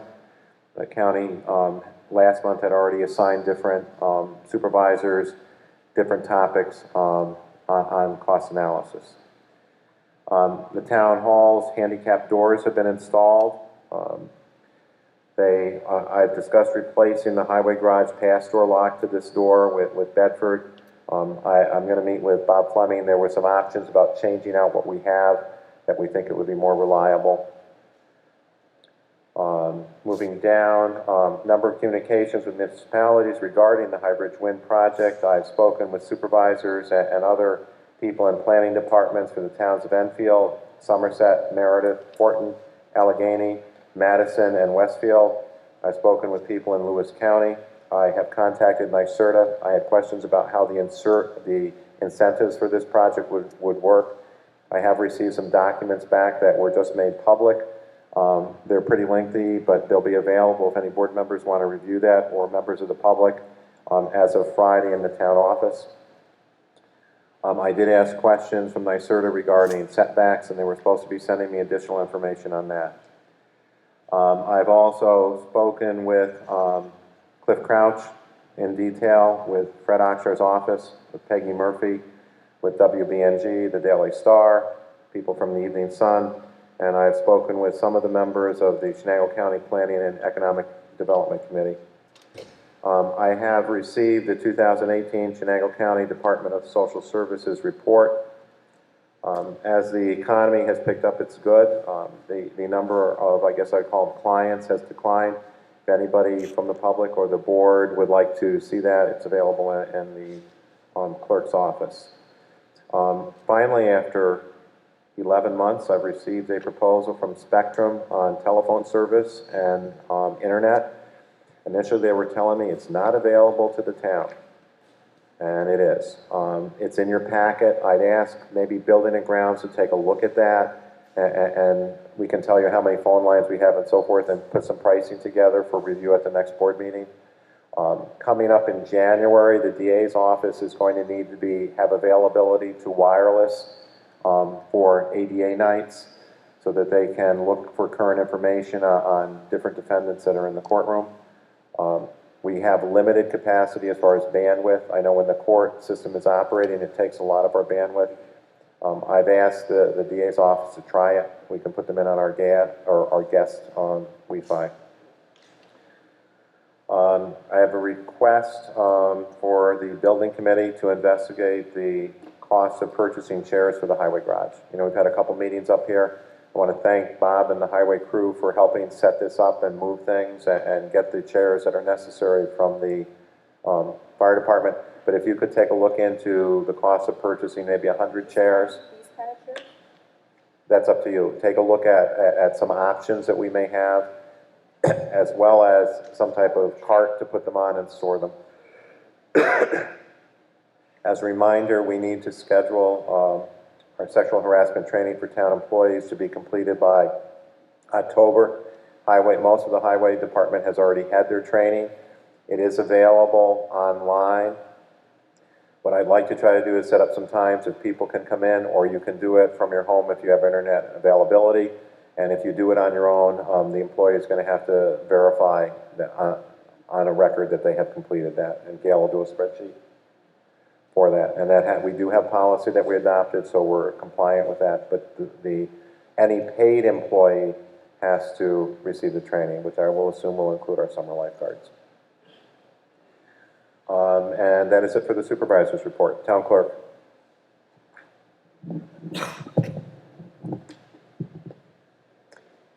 In your packets is Borden Hoses quarterly report, June of this year, so we've got half a year. I have not checked the figures, so I don't know that everything is accurate.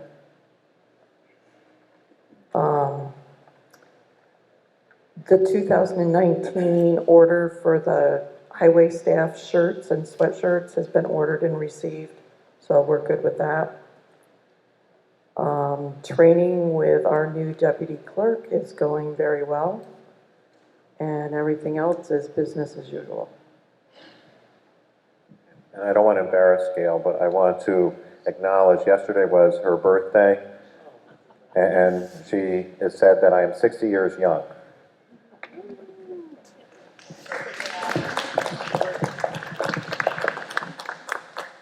like us to sing?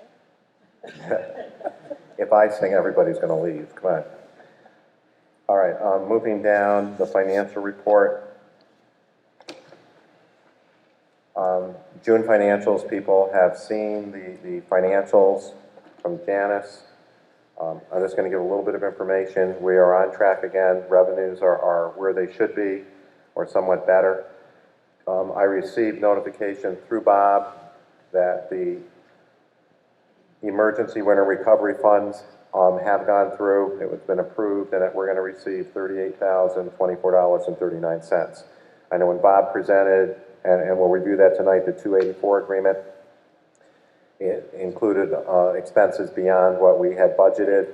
With this additional funds, we should be fine for that, doing everything that's on there. Page 5, I know I'm jumping ahead a little bit. The general fund budget, as far as expenditures, is up about 1% over where we were last year. If you take a look on page 5 at our contingency line, last June we had spent $20 out of contingency. This year we have spent over $11,000.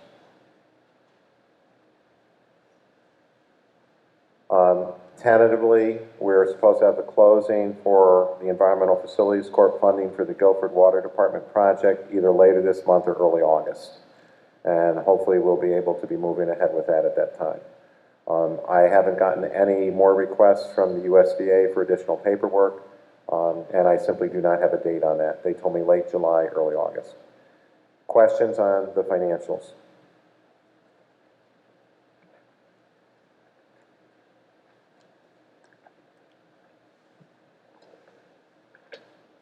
If there are no questions, what would the board like to do? Move we accept them as presented. Okay, a motion to accept the financials as presented. I second. Motion's made and seconded. Any further discussion on the financials? Hearing none, all in favor? Aye. Opposed? That's going to carry. There are also some budget amendments that should be in your packet.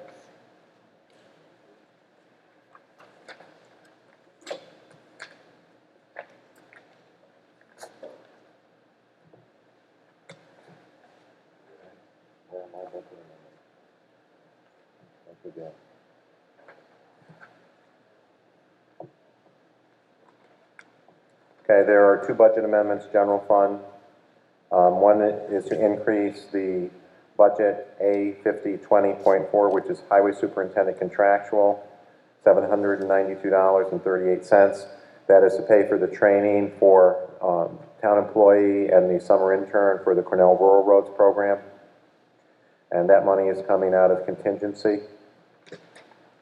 The second proposed budget amendment is to pay for and move to the line. The planning contractual is where we paid the consultant where we're working, who was helping work on the update to the comprehensive plan. And that's where we put that, and that is $660.92. Those are the only two proposed changes for July.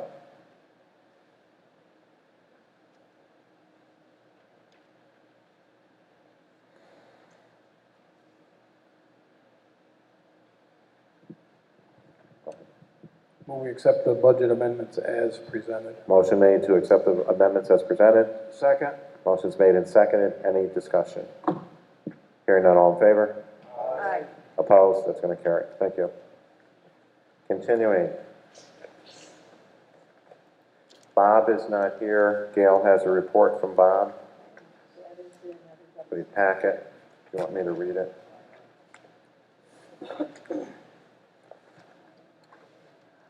This is Bob Fleming's highway report for last month. Been working on Keach, Parker, Furnace Hill, and Miller Roads to get them ready for resurfacing. They helped the town of Oxford for 6 days with flooding problems. We received notice that we'll get our funding that I mentioned already for emergency winter recovery funds. Town of Oxford has sent their grade all and a man over this week to help us with some grade all work. We assisted the town of Bainbridge for 2 days with paving, and they're going to start helping on Monday with paving in the town.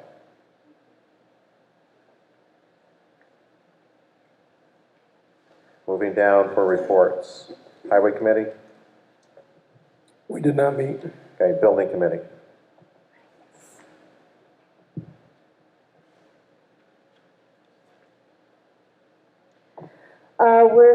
We're still waiting on the town hall for the Justice area worn carpet. We're still waiting for the New York Labor Department to Go do all ahead and those. do that. I'm not going to worry. The Labor Department's had 2 months to get back to us. I've called Albany repeatedly. They keep telling me it's taken care of. It's a $100 repair.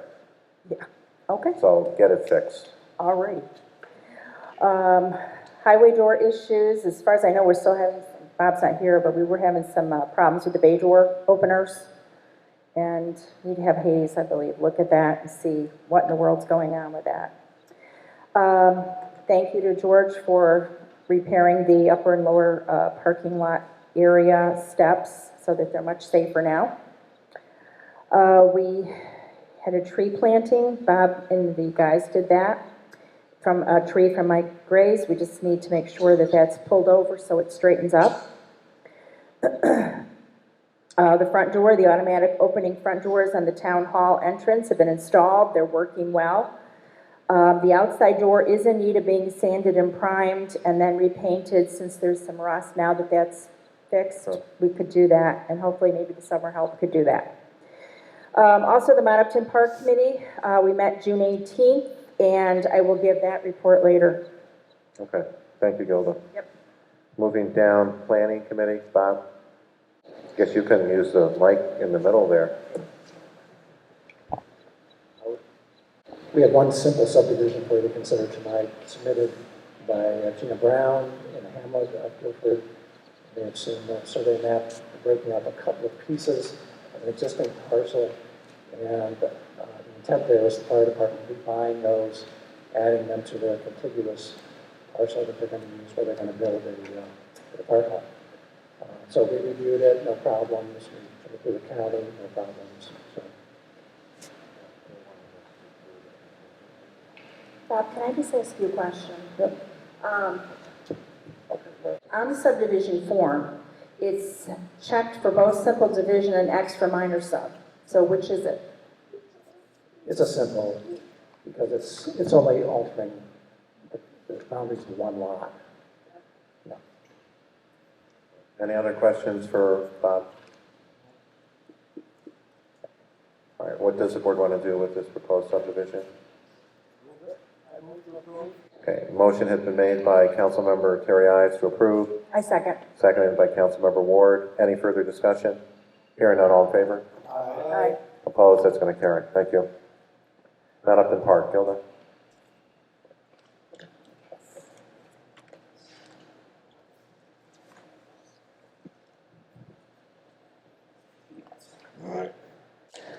We met, the Mountain Park Committee met on June 17th at the Mountain Park in the Pavilion at 7 p.m.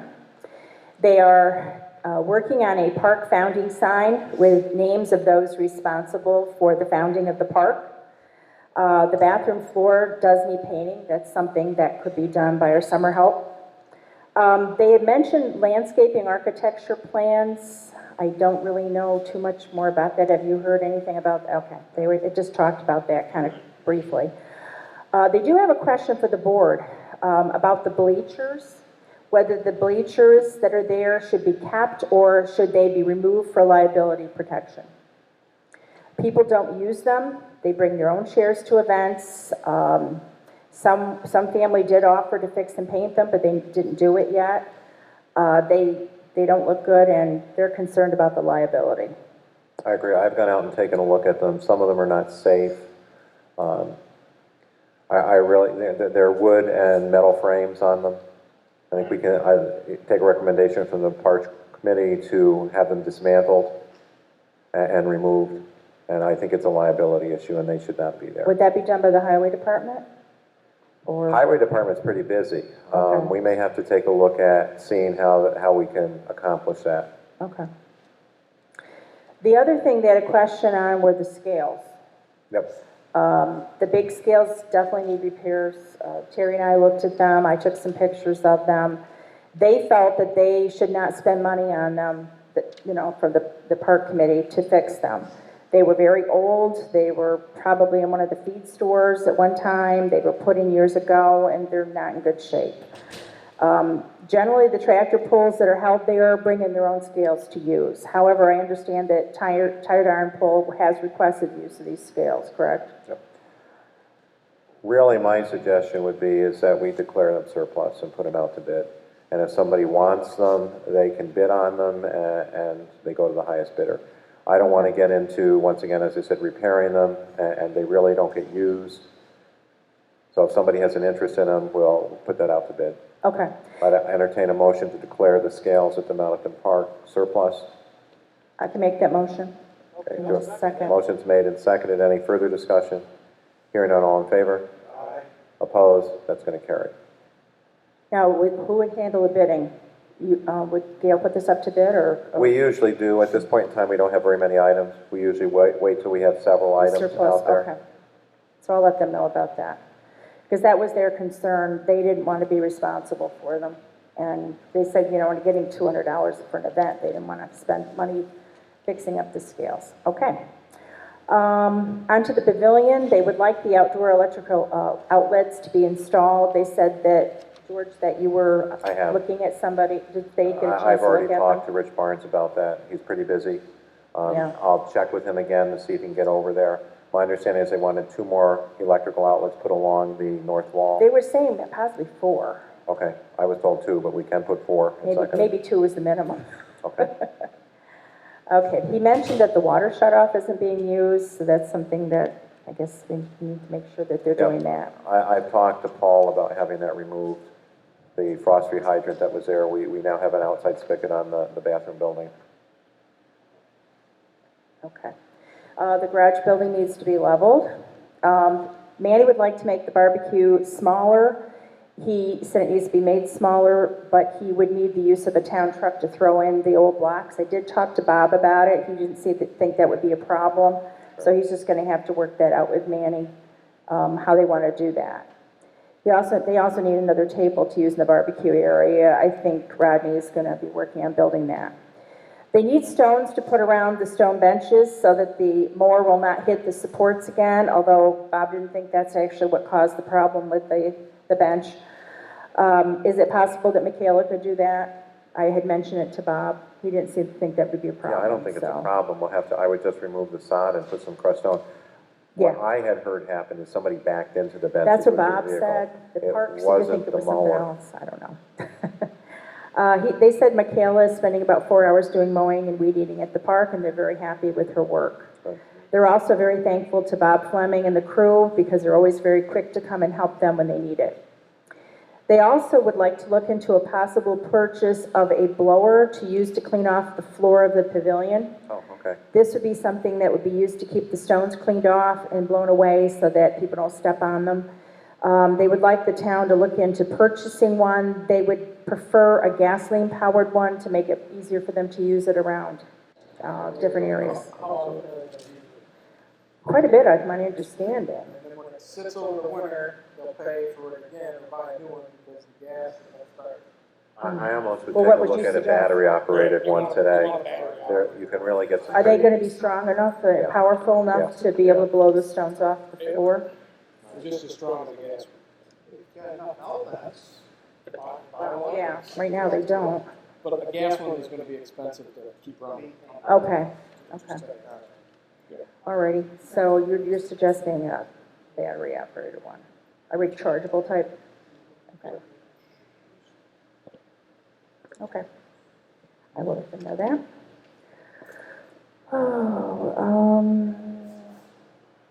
Okay, June 1st, there was a tractor pull. It was very well attended. They had 240 tractors participating. The grounds were left very clean and all the garbage was taken away when they left, so they were very pleased. There has been a question about whether campers could be allowed to stay overnight at the park if they're setting up for tractor pulls. They would not be able to plug in their camper, but the bathrooms could be left open for them. What are your thoughts on that? Actually, we've done that already once this year. You know, I don't see it's a problem, but once again, those arrangements would be made with the group that's coming in. Okay, make sure that... Unless the board has issues, you know, we just gave them access to the bathroom facilities. They're there to make sure that nothing happens to the equipment and things overnight. Okay, so as long as they're trustworthy. Sure. Okay. Manny mentioned that the reason we don't have garbage cans at the park is because people leave their garbage in there and the rainwater fills up the can and makes a nasty mess. There's been questions on why there Well, wasn't and garbage people there. dump their garbage there. Well, You that know, was, people yeah, are another bringing thing. household Sometimes garbage household and garbage is filling up dumped our there, too. garbage cans. Yep. The swing set needs a new seat for the swing. It's like a baby seat, so that needs to be replaced. July 6th and also in September, the Catskill Dirt Slingers Garden Tractors are scheduled to do pulls at the park. August 24th through 25th, the Tired Iron Tractor Pull is scheduled. Modupton Day is July 27th, and the next meeting is July 15th. And I have an insurance paper to give Gail. Inspection report. That's it, thank you. Okay, moving down to old business. We've already taken a look at the renewable energy law and taken action on that. Notice of timber. You know, we've had our timber on this property marked. It was a little bit more than what the initial company came in, so we've decided to put it out to bid. I'd entertain a motion to put the timber sale, the timber that's been marked for sale on this property out to bid. And Gail and I will work on the bid notice and the return date and stuff on that. So moved.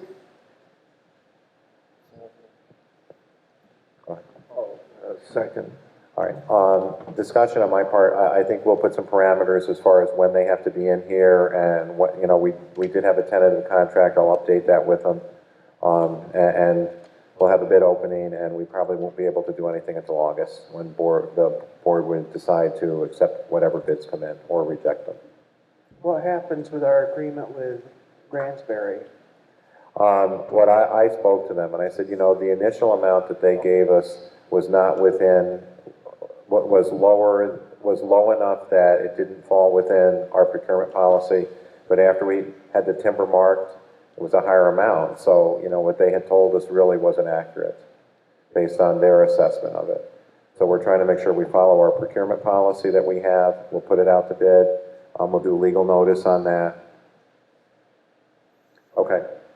We had a motion made and seconded. All in favor? Aye. Opposed? It's going to carry. And Gail and I will work on the bid and the deadline for bids. Road use law. I just basically have this on there that we have a draft. I'd like the board to start going through that again. I know you've had that for a while, and if there's any changes or recommendations, I think we need to do specifically some more things related to wind power development with the road use law that we have. The law was originally tailored to gas development, and I said I think this is a little bit different. So we'll begin working on that.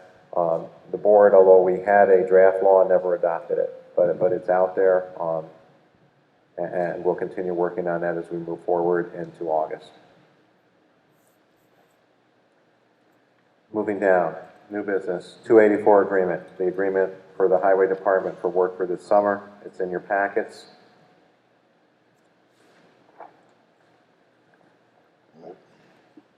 Initially, Bob was looking at spending $228,951.45 on road maintenance. We will add the additional $38,000 and change with the winter recovery to that. Roads that are going to be worked on are Keach Road, Furnace Hill, Stead Road North, portion of Shumway Hill, North Pond Road, Furnace Hill Road, Route 8 South, Trestle Huckaboom leading to Schaefer Road, Glover's Corner leading to Hoffman Road. I think I missed something someplace along there. George, I just have a question. Yep. I noticed that there's blanks. I mean, I'm assuming that maybe he just did that accidentally, but are they supposed to be filled in before we approve it, or? You mean under like sub-base? Yeah, and width and things like that, type, thickness. Basically, these are all just oil and stone. The width should be on there. Where did they leave the width off? Front page. Okay, on Stead Road. Yeah, there's no type or thickness. Okay. And okay. I'm gonna have to have Bob answer that question. I don't know.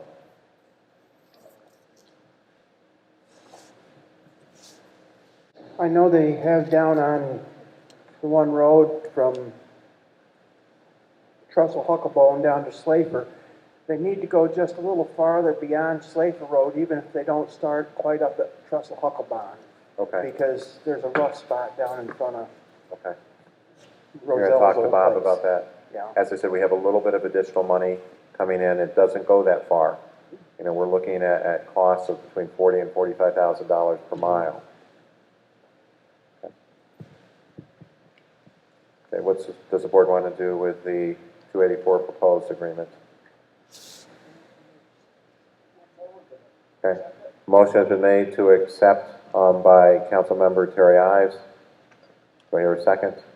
I'll second, but I would like to second with the Corrections. caveat that that's going to be filled in the way it should Okay. be.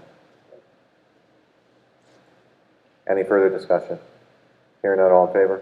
Aye. Opposed, it's going to carry. Bob had said he thought he was going to be late tonight. It doesn't look like he's going to make it. So I'm going to send this copy around because we need to sign this as well as the highway superintendent. If there's any changes in this, Bob is required to come back to us with the proposed changes, and the board would have to either agree to them or not agree to them.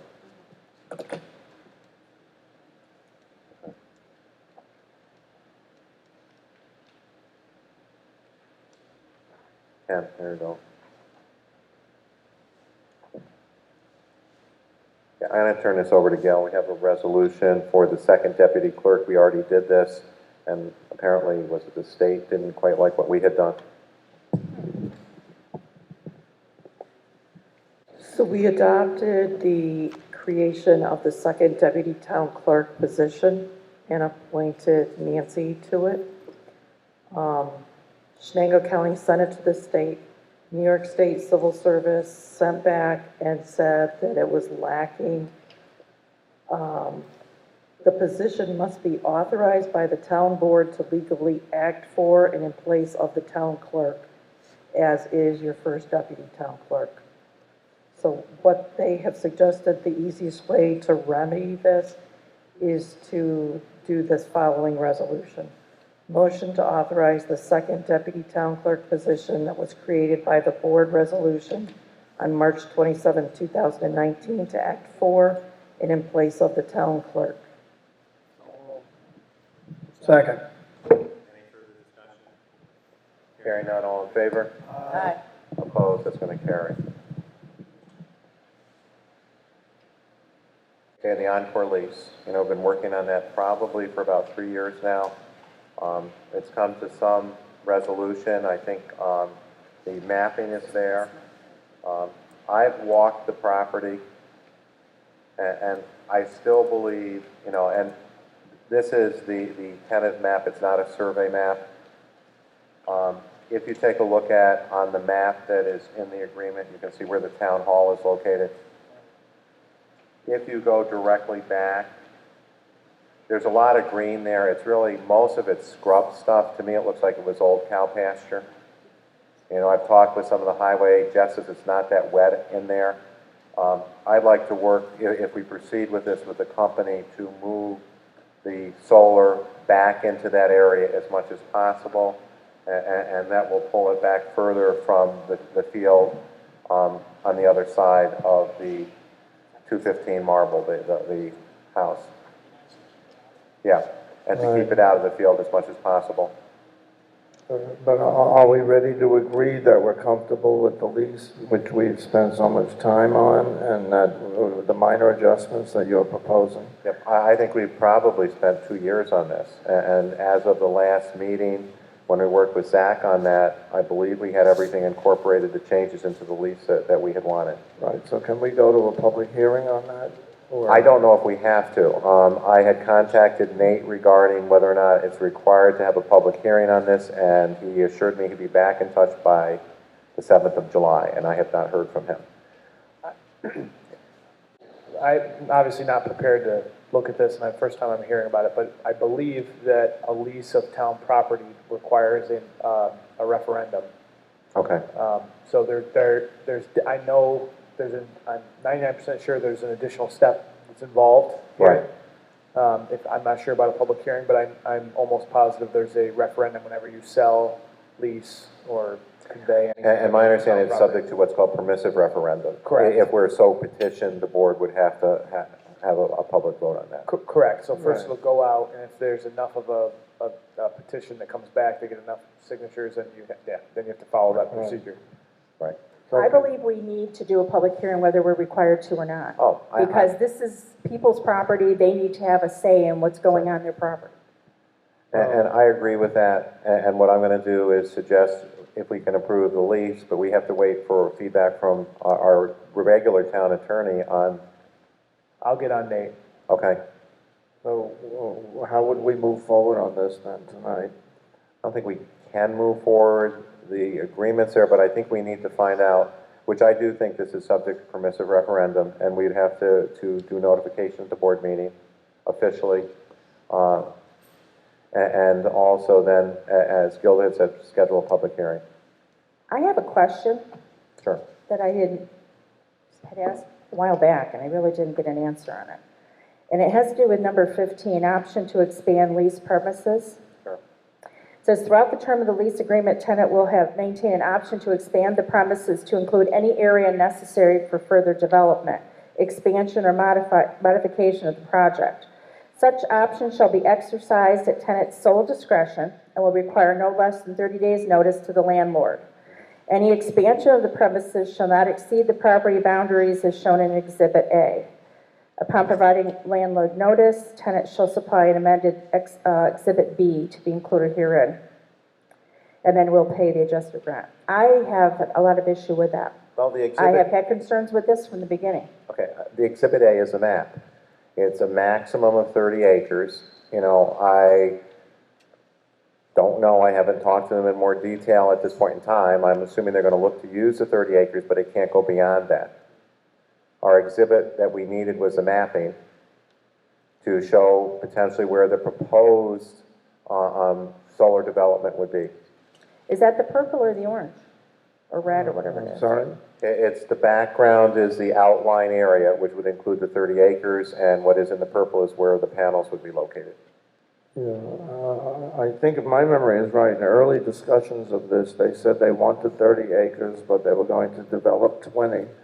And then I think they then moved along and might be filling up the whole 30 now. Correct. But nonetheless, that's why that's written that way. What I'd suggest we do is, at this point in time, I guess we'll table this for tonight. We need to hear back from Nate on specifically what we need to do. I would believe it is subject to permissive referendum, and we'll take formal action next board meeting on this. I'd just like to have a little more clarification on this, because the way this is worded, they could just start grabbing property and we wouldn't really have anything to do. I'm going to ask for Nate for clarification. Yeah. It's my understanding, once again, very specifically, that it's based on this exhibit, that is what they would have an option of leasing. And I can ask for some clarification and in writing from Nate on that, and get that back to the board. There's one other thing too, George, I had mentioned in my email. It appears in this map that there's a building that's right next to this solar project. And Isn't that in violation of our renewable law? no. Why not? The distance is far enough away. It looks like it's right on top of it. This is the scale of the map that we have currently. Yeah, but this is based on the whole thing. If they're allowed to possibly expand to that red area, No, they're not going to expand to the red area. That is the portion that they're going to lease. It's not the portion that they're going to put the panels on. The panels are going to be set back according to what we just said for local law, 75 feet. okay. And I did get some clarification from the company, which I did forward to people, that typically they do 50 feet. And that's as close as those panels would be to the property line, and we're just going to require them to go 75 feet. I think that's good. Yeah. Okay. I'll entertain a motion to table the proposed community solar lease with Encore until next month. I make a motion to table this till next month. Do I hear a second? Second. Any further discussion? Hearing none, all in favor? Aye. Opposed? That's going to carry.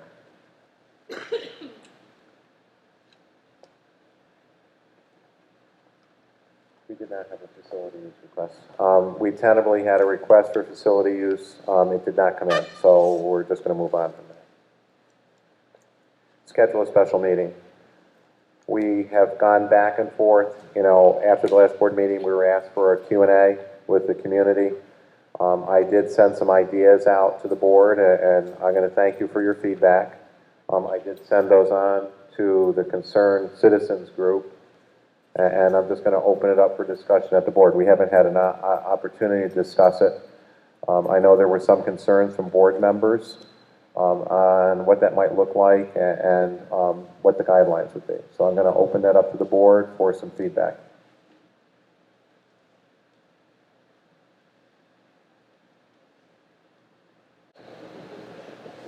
We need some type of, Use the mic. we need some type of open forum. It's just, how can it be controlled so tempers don't flare? That's the one thing that we're concerned about. Well, Terry, you had already suggested, I'm going to jump in there because I got suggestions which did get hopefully communicated to the rest of the board, is that we felt we needed some sort of moderator. Within that guideline, I do think for the questions and answers, we need to set some timelines up for each question, whether it's 3 minutes or 5 minutes, as well as a period to answer them, because they could drag on and sometimes they go nowhere. Other suggestions about who's included, what it's going to look like as far as the board is concerned? I know you were concerned about having all the board members there, it could almost be called an official meeting, but I would somehow like to see a meeting that, if we have discussion, all the board members can be there. We may not sit together, but we don't call it a meeting. It's for information. I'm going to say it's going to be called a special or educational meeting. It's not a regular town board meeting. It will be a special meeting. And you know, when we have regular board meetings, certain rules apply to regular board meetings, certain rules apply to public hearings and so forth. So we will have some latitude there. Yeah, I mean, it's gonna, by definition, if all 5 board members are present and you're discussing public business, it's gotta be an open meeting, not a Right. public hearing, but an open meeting to the public, so. It's really it would really, substantively though, really not be any different, to be honest. The clerk would have to be present, you'd have to take minutes. Same rules for an open meeting would apply. But if it's not a public hearing, you can set your own rules. I mean, set rules for a Q&A type of proceeding. Right. Well, my only concern is there may be something that is posed in the way that it sounds like a question, and it may be pushing the envelope a little bit too hard to answer that question. For example, a person may point the finger at you and say, how do you feel personally about windmills? And I don't think that's the kind of question that I would be comfortable answering. So I think there has to be some understanding of the kinds of questions, and without that, there could be disappointment when you refuse to answer the question. Have you considered the possibility, I mean, you could invite, if there's specific questions about the specific project that's being proposed for this area, and you could invite them if you want to see if they're willing to also answer questions too. I mean, you can't answer specific questions about the project, and if there are specific questions about the project, either you know, you got to get them in writing and we can submit them to them, or they got to be available to answer questions. If they, you know, they don't have to, but you can invite them if you want to set something like that up. It's been done before. It's been done in Windsor did something similar where they recently had an open Q&A session with some very clear rules as to what could and could be done. So Well, I it's think an option too. The other thing that would be necessary is perhaps for the board to have some questions in advance, you know, so that we're prepared to answer them, you know, and that the questions really need to be pertinent to the town of Guilford and our local renewable energy law. I know we hear other things that are going on, sometimes about different places in the state, and questions about how we feel about it. But, you know, once again, there's things that we would have information on and things that we may not have information on. And I don't know how we accomplish that. Likewise, I may have questions for the public. You know, sometimes there's pieces of information that we need assistance with, as particularly I've been really pretty diligent about trying to take a look at resources and understand thoroughly how the things that have been presented to the board work and so forth. And sometimes it's hard to work through those. Sometimes having that communication would, what can I say, make the process more efficient. A lot of times I'm looking for things and looking for things and looking for things and not finding them when they were put together by a community group, and they would be able to direct me, where do I need to go look for this and how does it work? And once again, it would be hopefully beneficial to everybody that would be there.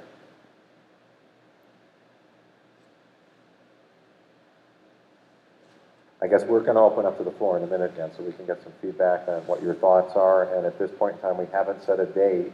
That's something we may be able to do if we can find, you know, there's certain days of the month that are out, because we have court Tuesdays and Thursdays most weeks. My only suggestion would be to make it close enough, right, so that if the outcome of that meeting are things you want to change in law, we have enough time to make them, resend them, remail them to everybody, and so that you can still proceed with adoption next month if you want. We have to do legal notice and have them available for public inspection also. Right. So you don't want to push it to, you know, the end of July or the first week of August or something. You want to do it, I would say, in the next 2 weeks. And 10 days notice is required for the meeting. No. 5.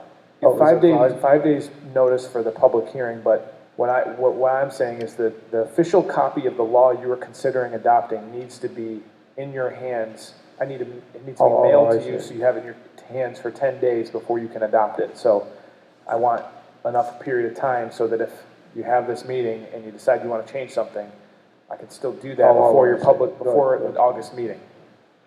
And essentially, and I'm not trying to pull the wool over anybody's eyes, I can call a special meeting, board members can call a special meeting, and there has to be so much agreement. And depending upon the time frame, you know, we have to post it at a conspicuous site at the town, we have to notify the media and so forth. And it can be relatively short notice. But if we can decide on a date or a time that fits into people's schedules, I'd like to do it tonight, so that people here can know ahead of time what that's going to look like. And there's some other pieces we have to work on. If we're going to have a moderator, we need to find somebody who's willing to do that and capable of doing that and so forth. So we're going to hear from the floor first, and then decide whether we should have the special meeting by getting some input. Would we be able to have a representative from Calpine at the meeting? Okay. I'm getting a thumbs up. We would want our engineer there as well. So we may want to have, That's a good idea. so there's, and probably the attorney and probably town attorney. So let's take a look at the next 2 weeks and see what we have. If you felt like you were going to have to pay someone else to do moderating, I mean, I could do that too, if you know, rather than pay multiple experts to show up here. I mean, Another town supervisor would be somebody that doesn't know us personally so much.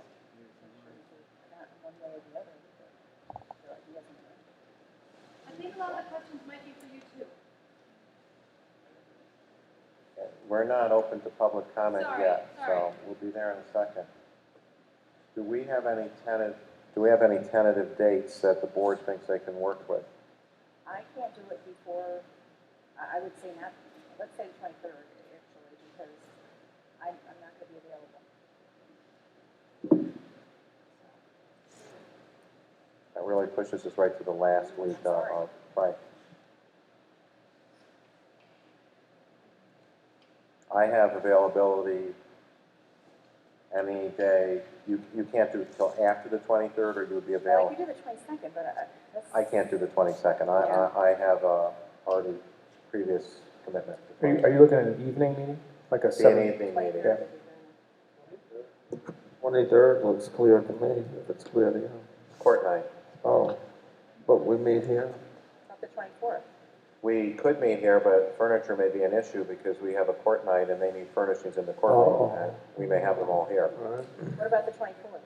24th is fine. I can't do, I can't. I'm not available, not that it matters, but okay, I can't do the 24th tonight. Okay. And then we're 25th, is that too late? the court night also. Oh, 26?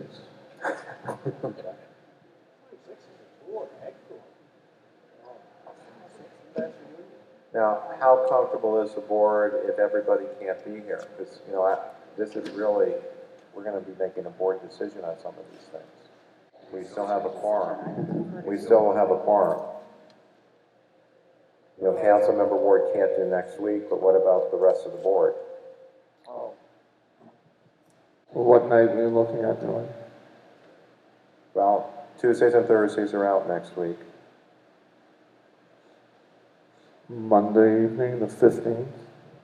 That's the park night, meeting night, so. 7. I mean, I don't know how many of them are. 17th? She wasn't going to be here anyway. I know.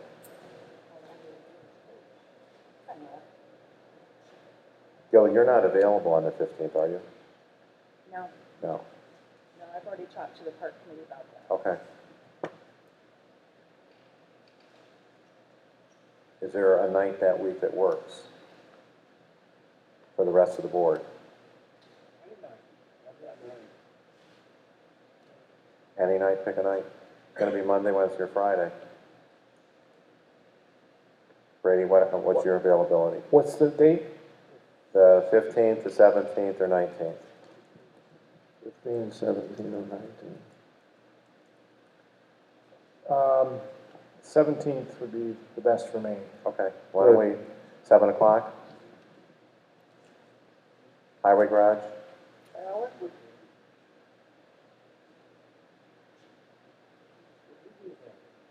What? Wait. Alec? Sorry to 17th? catch you off guard. The 17th of July, is that available? Yes? Okay, 7 PM here. Highway garage. We'll post that on our website, and I'll notify the radio station, and I'll get it on the town Facebook page. And I would think if we can come up with rules and things before then, we can post those too, so everybody's aware. Yep, I think to some extent, we'll begin with the general public comment rules that we have. I'd like to once again see if we can have a moderator or someone. We'll try to have the PA system here and record those. I think it may be beneficial if we have some questions ahead of time, if they can be given to us.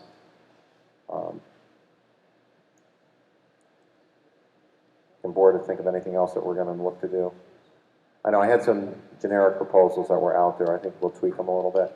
Get back to me if you have any other concerns, and I'll email those to Dan and to Priscilla. And you'll have a chance in a minute to give us some feedback. Okay. One other item that we have under new business came in yesterday. JCAP grant. I just entertain a resolution to apply for a JCAP grant for 2019. 20. Yeah, up to $30,000.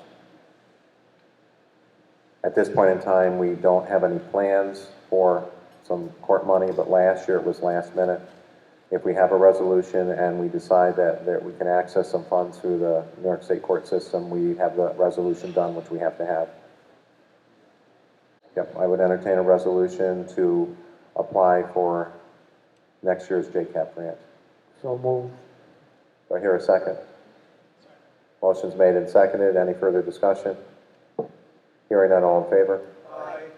And if the building committee or someone sees that there's a particular need, please get it to us. Last year, it was a real scramble. I want to thank Ken for working on it, Bruce for coming down the last day, and it was a lot of running around. But we did manage to get $3,800, which went towards paying for the part of the cost of putting the handicap doors in. Okay, once again, from the floor.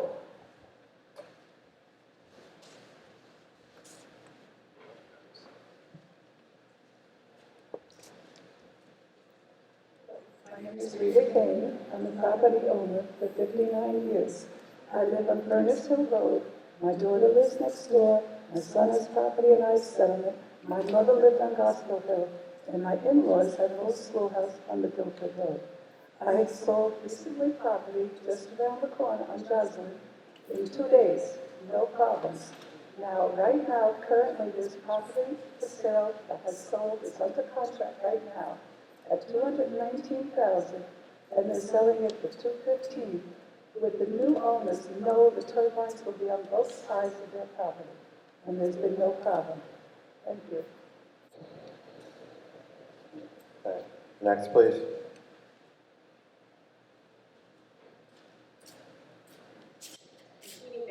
I live at Lake Road. The property that Mrs. King just referenced is sold. The people that were going to build a house there are closing on a house in the city for $400,000.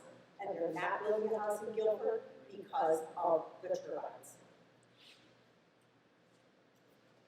Okay, next, please.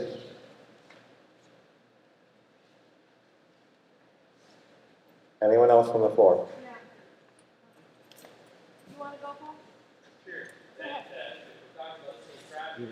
Can you go to the mic, please?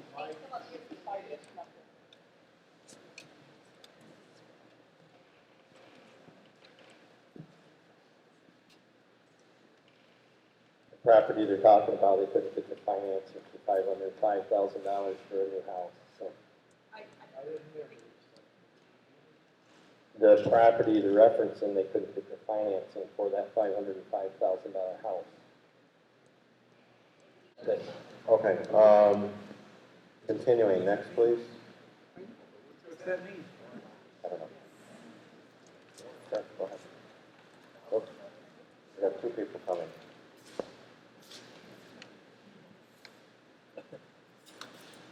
I'm Kathy Smith. Can you hear me? Just put it close to your mouth and put it to the height you want it close to your mouth. Zoom out. I'm Kathy Smith, and a few weeks back, I was going to Sylvan Beach for the day, and we went through Munsville, and there was a gentleman out, he owned a farm, and he was working on his farm, getting ready to paint, and we stopped. And I went up to him, I told him who I was, where I was from, and that they were going to be putting turbines in Guilford. And I asked him the questions that are addressed here. And he said, no, their property values have not changed. They have got no sickness. The turbines were put in 12 years ago, which I suspected, because as we were putting in our house on 35, they went by our house. I don't remember any police escorts. I remember nothing. But the turbines went by. Oh. And I asked him about the sickness. He said there was none. He said that he worked in a factory. And he said, I probably get more sickness working in a factory than from the turbines. I asked him about the noise, and he said, yeah, they make a noise. They make a little swooshing noise. He said the cars on the road make more noise than they do. So I don't know where you people are getting a lot of your information, but you really ought to check out the people that are living by them. And probably those two turbines, he lived right in the middle of both of them, were from here down to the end of Marble Road. And he has no complaints. None whatsoever, and he said he's lived there all his life. Next, please.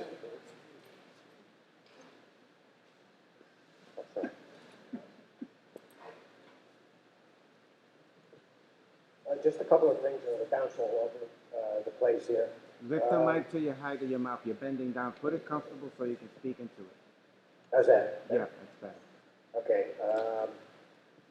The modeling that Calpine or any wind company is going to be doing, how do they approach modeling? Modeling, this is something that's never been done before, these size turbines, not on land. So how do they model something that has never been done before? That's just one thing to consider. Okay, there's various studies that are required for this project. Amongst them, shadow collecting noise analysis, and so forth. If there's any question to the accuracy of these, should not the town have the ability to challenge on the applicant's dime? In other words, there's a lot of, there are companies, I shouldn't say a lot, that you can go independent studies and get them to play out any way you want. So, to keep things honest, if the town does not, feels it's questionable the results of a particular study that they could challenge, the town could challenge on the applicant's dime. It's making it fair, making it honest. It's part of being transparent. Okay. Setbacks. I don't understand where you came up with it seems somewhat arbitrary, the setback distances.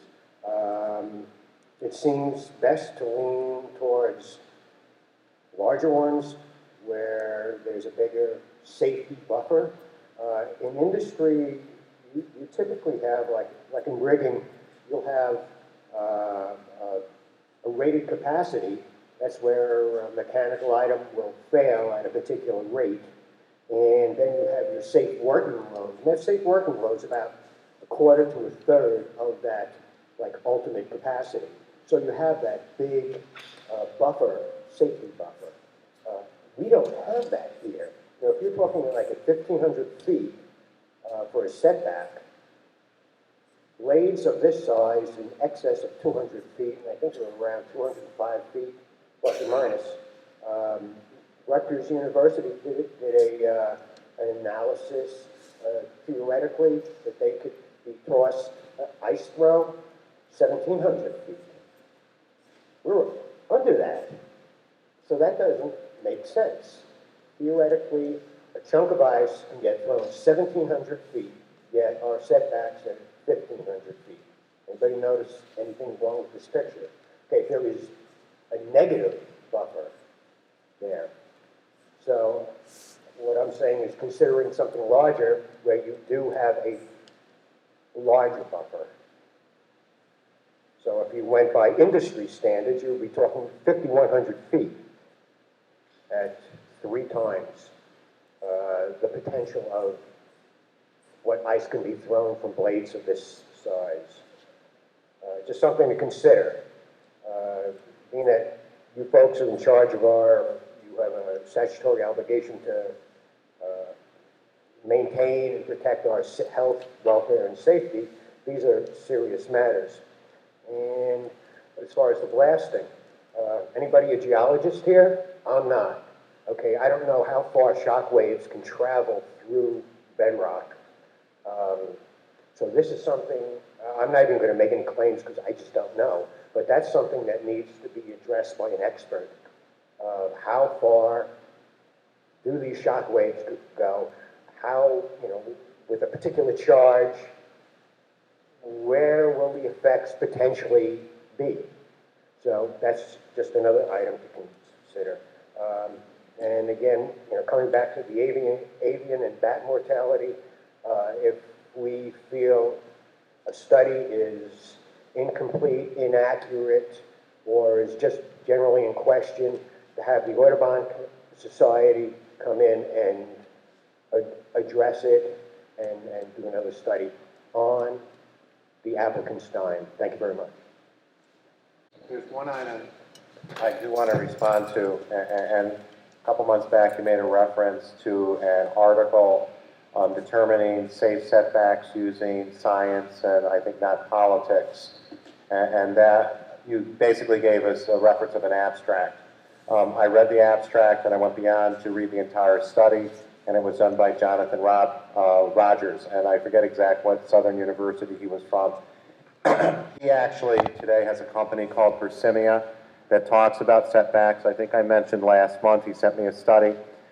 He said the technology today, as far as ice throws, that ice throw is less likely to occur once in every 200 years because the technology shuts the turbines down. I've got that study he sent me, which is down in the town hall.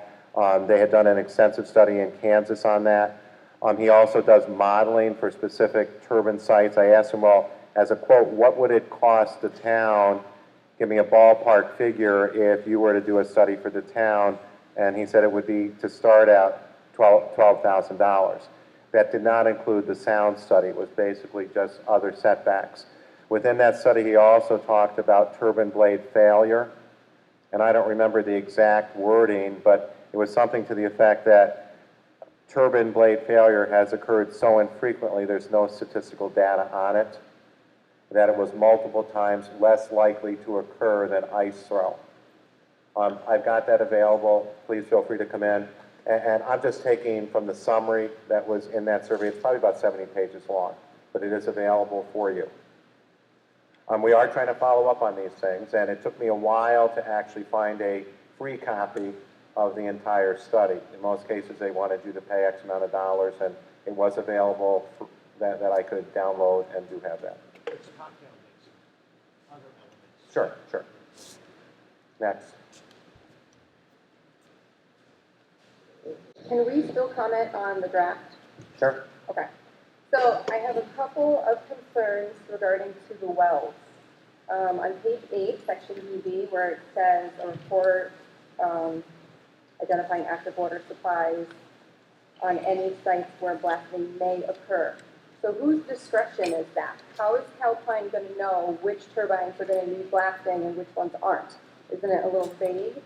Should it say all turbine sites, that they have to evaluate the wells around every turbine site? Or if they start excavating and see that they're gonna have to blast, do they have to halt and start testing all the nearby wells?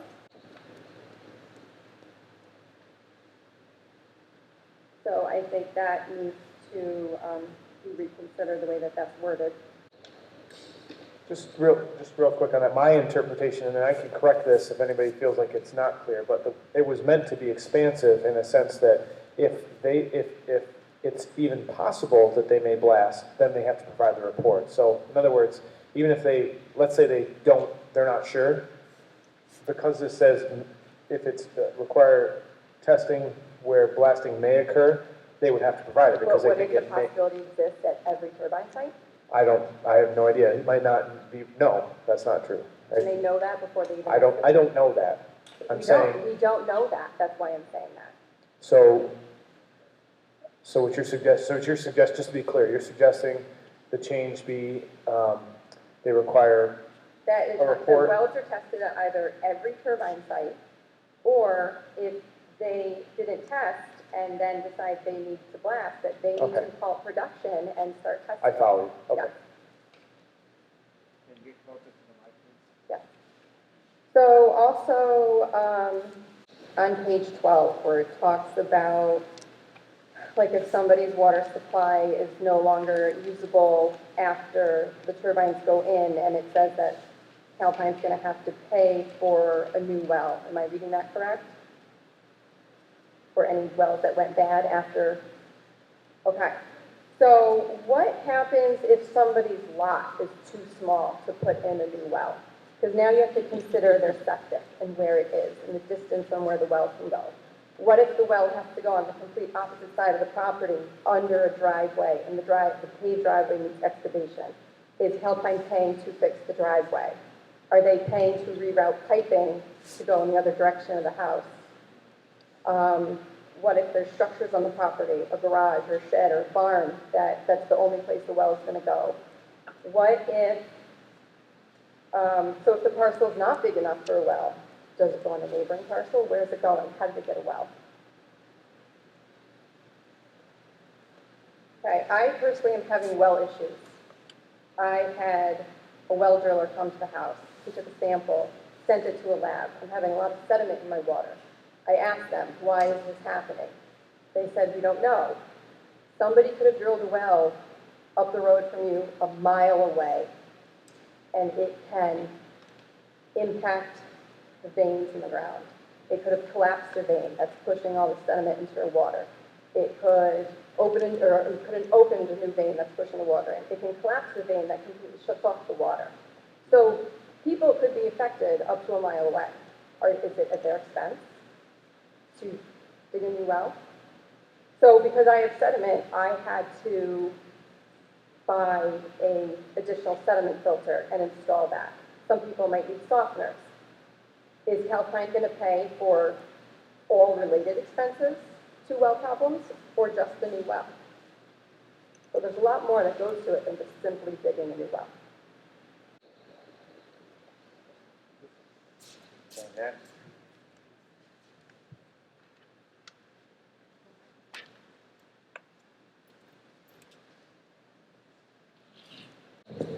I'm Bill Pratt, I live on Furnace Hill Road. Just a couple of questions came up during your discussion here. Again, on well blasting, I just wanted to be clear.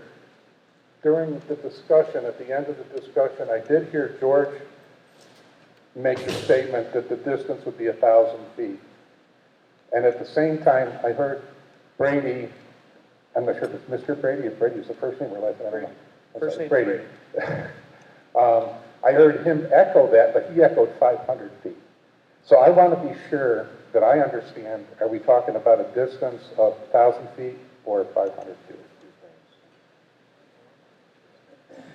There were two items in there. So they're both, there's both. Just real quick, no wind turbine will be located within 500 feet of an existing water supply well or water supply intake, so it can't be located within 500 feet. They can't blast within 1,000 feet of any existing water well. So that was, so it's Okay, 500 for, wasn't there some discussions on the board that mentioned that if you're gonna be blasting, it's gonna be at the site of the well? So if you're talking 1,000 feet to the blast, you gotta be talking 1,000 feet to the well. Am I correct or not? well, I guess I don't follow. I don't follow. You can't blast within 1,000 feet of a well. You could build a turbine within 500 feet of a well if you're not blasting. That, I think, is that the correct way of putting it? Okay. The other question I had was a procedural question on the vote for, or the public hearings. Is there only one public hearing required or two? For a local law adoption, I believe there's one more public hearing required. One public hearing. Yes. Okay. Just a suggestion I want to make. You were having a problem trying to figure out how to word the setback as it relates to what part of the turbine structure. I would suggest you just say that the wording would be from the nearest point of the turbine. Because I know the last month I spoke to the board and I brought up the issue about the blades when the nacelle is turned perpendicular to the property line versus parallel to the property line. That's a 200 feet difference if the turbine, you know, if the blade is 200 feet long. So you're talking about reducing your effective distance by 200 feet, not counting the distance of the nacelle that also comes out from the center. So you're roughly, what, 250 feet potentially? So you're reducing that setback by 250 feet. So if you just merely make that statement to say, you know, 1,500 feet or 2 times whatever from the nearest point. So when the turbine is perpendicular and the blade is parallel to the ground, that tip cannot be any closer than 1,500 feet or whatever the 2 times, right? That seems like that would address all the issues, and you don't have to worry about the size of the tower, the base, or anything else. You'd still be covering the required, you know, the desired setback of whatever you determine. So that's my suggestion. And lastly, off the subject there a little bit, road use law. Well, whatever you guys are working on as far as road use, will that include commercial truck restrictions on residential streets or roads? I know just for clarification, I did have a conversation with Mr. Jarvis about this, a few weeks ago, or a month or so ago. And he assured me that there were regular truck routes that were established as far as, you know, high bridge winds, stipulations for the contractors and stuff like that. I'm concerned about local traffic using, I'll be specific, using Furnace Hill Road as a shortcut, which right now everybody does anyway, and it's obnoxious as hell now. It's going to be 10 times worse if we don't restrict that road. So what I would like to do is recommend to the board that you put a road use restriction on Furnace Hill Road to restrict commercial traffic. There's no reason they can't go down 36 to get to 35. They don't have to cut through there. Just going to ask you to consider that. That's all I got. Next. Just a real quick follow-up on the noise. I know you touched on it in that section, but it does still call out DBA, but there was no mention of the DBC in there. We're talking about infrasound, and I don't know if was just, want to point that out again. It's pretty important. And then in terms of the wells, I understand we're talking about it in the context of people's personal property and a well, but I'm thinking also in the context of town water, right? So if something happens to the town water, how are you gonna manage the 80 or 90 residents that are gonna be impacted by that? I mean, is Calpine gonna go and drill 90 wells on everybody's property to compensate so we don't have to use any town water anymore because that water's been damaged? I think at least you should give some forethought to how that might be addressed if it could happen, if it's not just an individual property. If an aquifer is damaged or connected or it impacts multiple people, how that would be remedied. That could get costly, especially if you, like was mentioned before, if somebody does have damage to their well and there's not enough room or an alternative position to put a new well on their property, are you going to connect them to town water, and how is that going to go? Who's going to pay for that? I don't know how that all works with piping and stuff, but should be a plan B in place if there's not an alternative to dig another well on the property. And then I guess my last comment is just a last desperate plea to consider greater setbacks than what you have in place, given the size of the turbines. Thank you.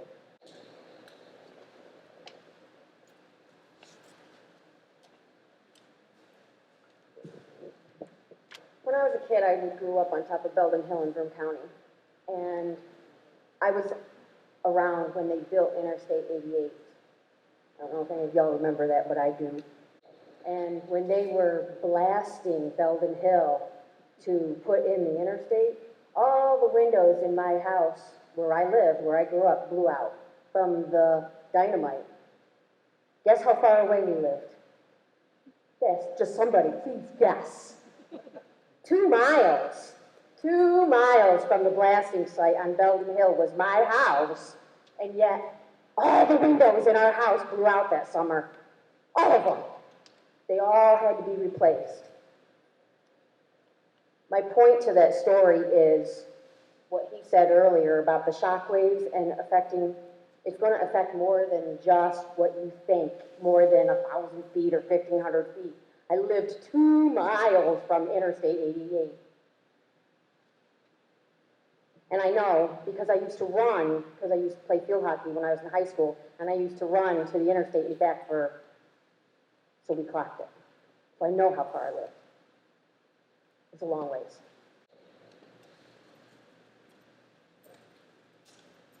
Anyone else?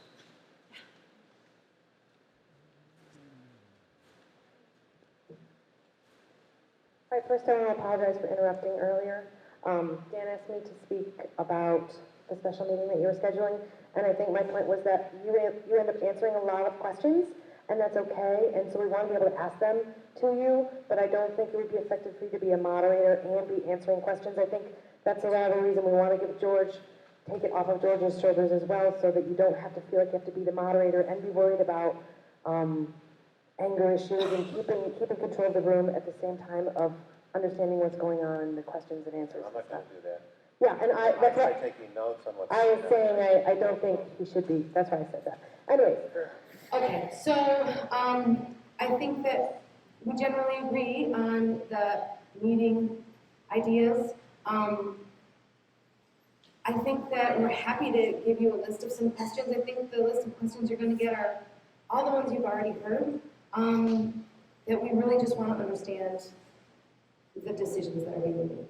And we would like to get some questions because I feel like if there's things that we need to look up or reference, we want to be able to give you that information rather than just say, well, I don't have the internet here in the town hall, right? The one request I would make would be that if a question is asked and there's an answer, that the person is given some time to ask a clarifying question to that if they don't understand or if they need more information about that. Other than that, I think we've generally kind of agreed that this is what we want to do.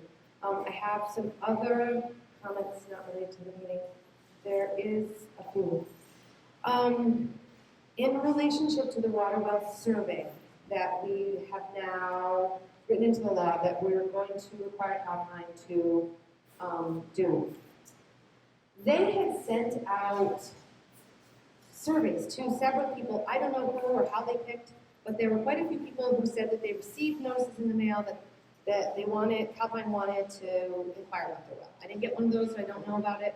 But I do know that there was a bunch of people who were confused about whether they should answer this or not. They didn't, they hate Calpine and they don't want to let them on their land and they weren't going to answer the question. And I was thinking, well, then Calpine doesn't know that their well is there and they should blow it up, right? So I think we should consider how to get this information out to everybody that they should answer those surveys and they should send their water samples in.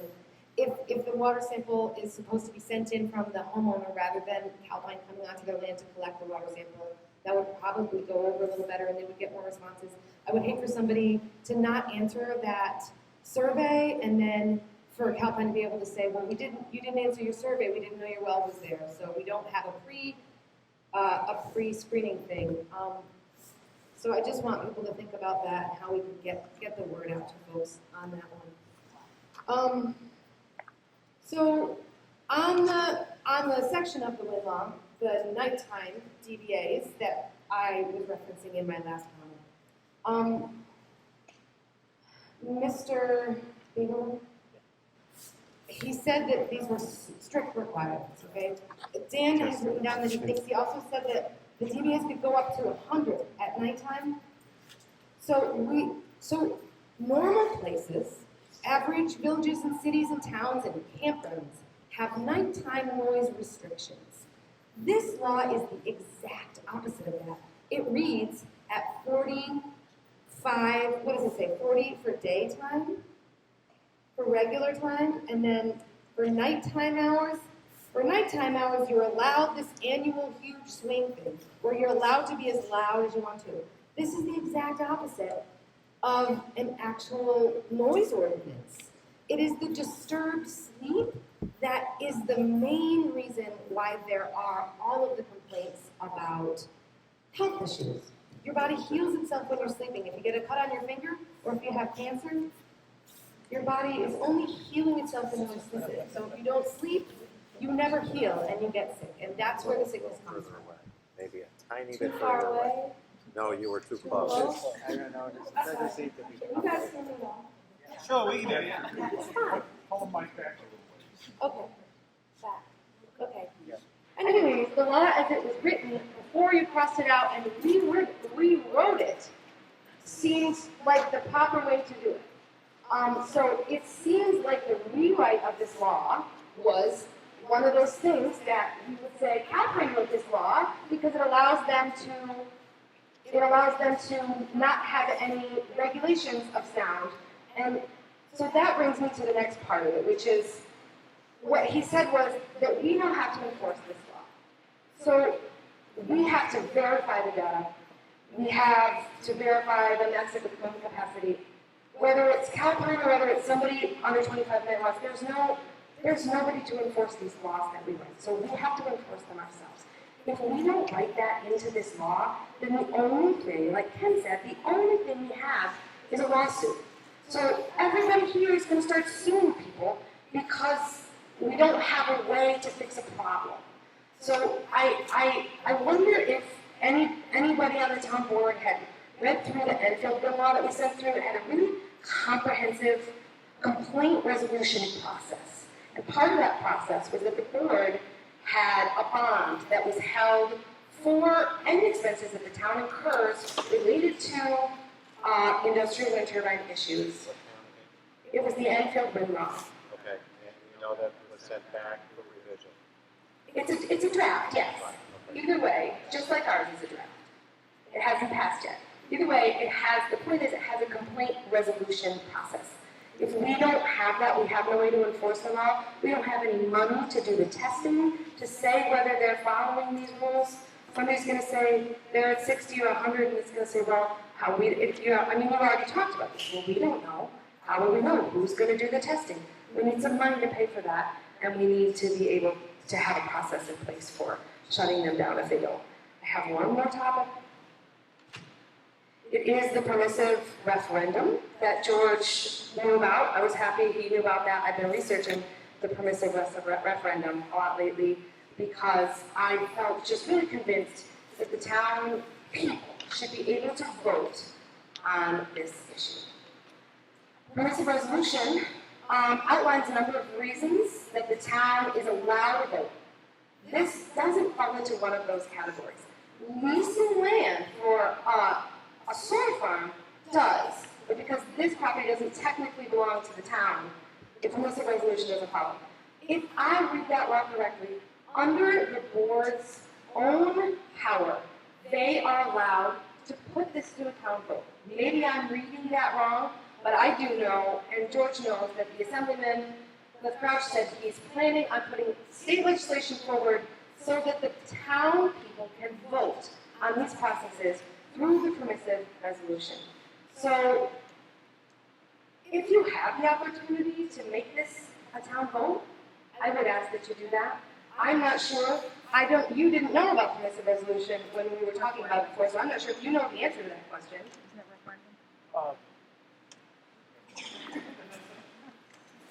As to whether or not. As to whether or not the town has the power, under their own power, to put to a public vote. Whether the town has the power, under their own authority, to put this to public vote. I could look into that. I'm not sure off the top of my head.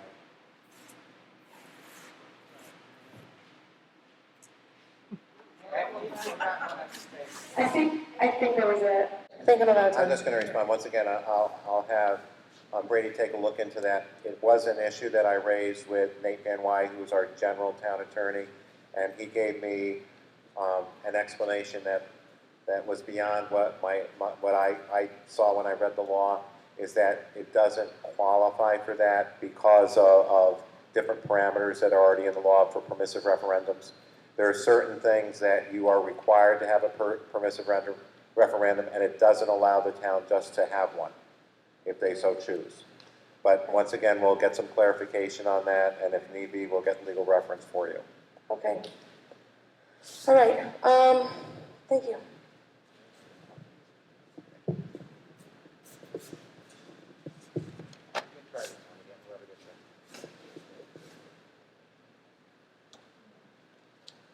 Anyone else?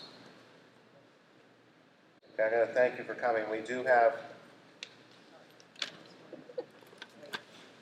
I just want to thank the board for all the work that you've done in digging into the whole wind energy thing, bringing in the right people, talking to the right resources to look into everything that we're doing. I am not a leaseholder. I do not have a good neighbor agreement, but I am 100% for wind farms. So thank you.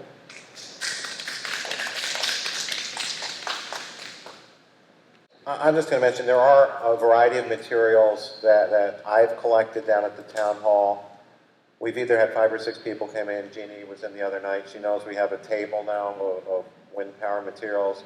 If anybody wants to come in and look at those. I have tried to, and I haven't done a completely follow-up on anything that has been sent to us. It literally, I think you can realize, is overwhelming. There's hundreds and hundreds of references. But we do have materials down there. So they are available for the public to come in. We will try to make copies if asked for, but we can't copy everything. There's thousands of pages that we have. But if there's some particular items you'd like, we try to get those out to you. Okay. And also, I'll just add that you can go online, and if you just Google New York State Siting Board, you can find the projects that are currently under review and at different phases of the review. And you can find so much information there to learn about pretty much every issue you can think of. If you just go and look at each project and see where they stand during different phases. You can look at the Bluestone Wind project, you can look at the one project that's been approved, the Casadega project.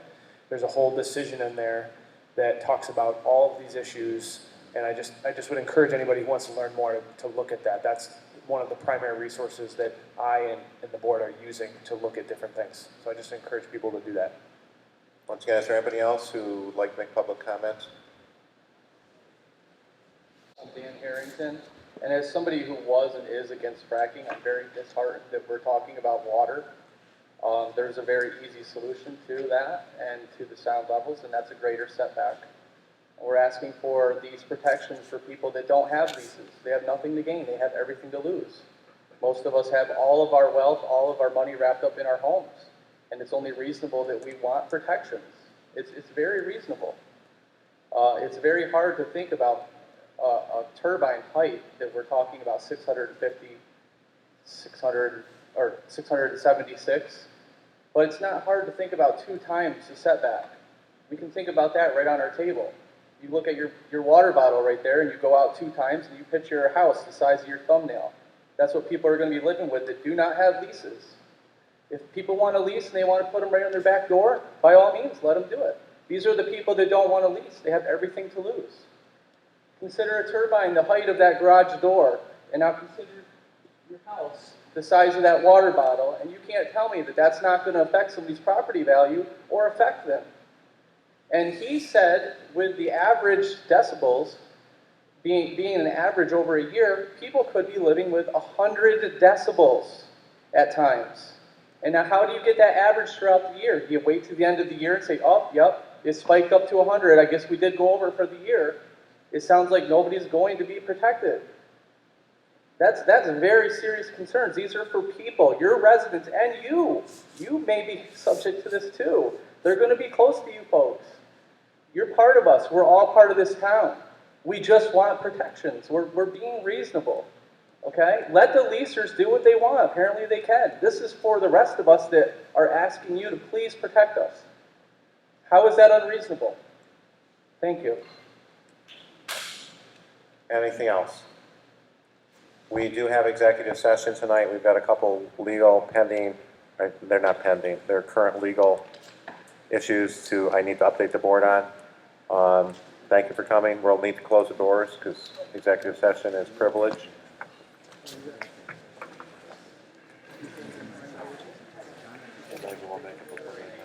One glass of wine left in dinner.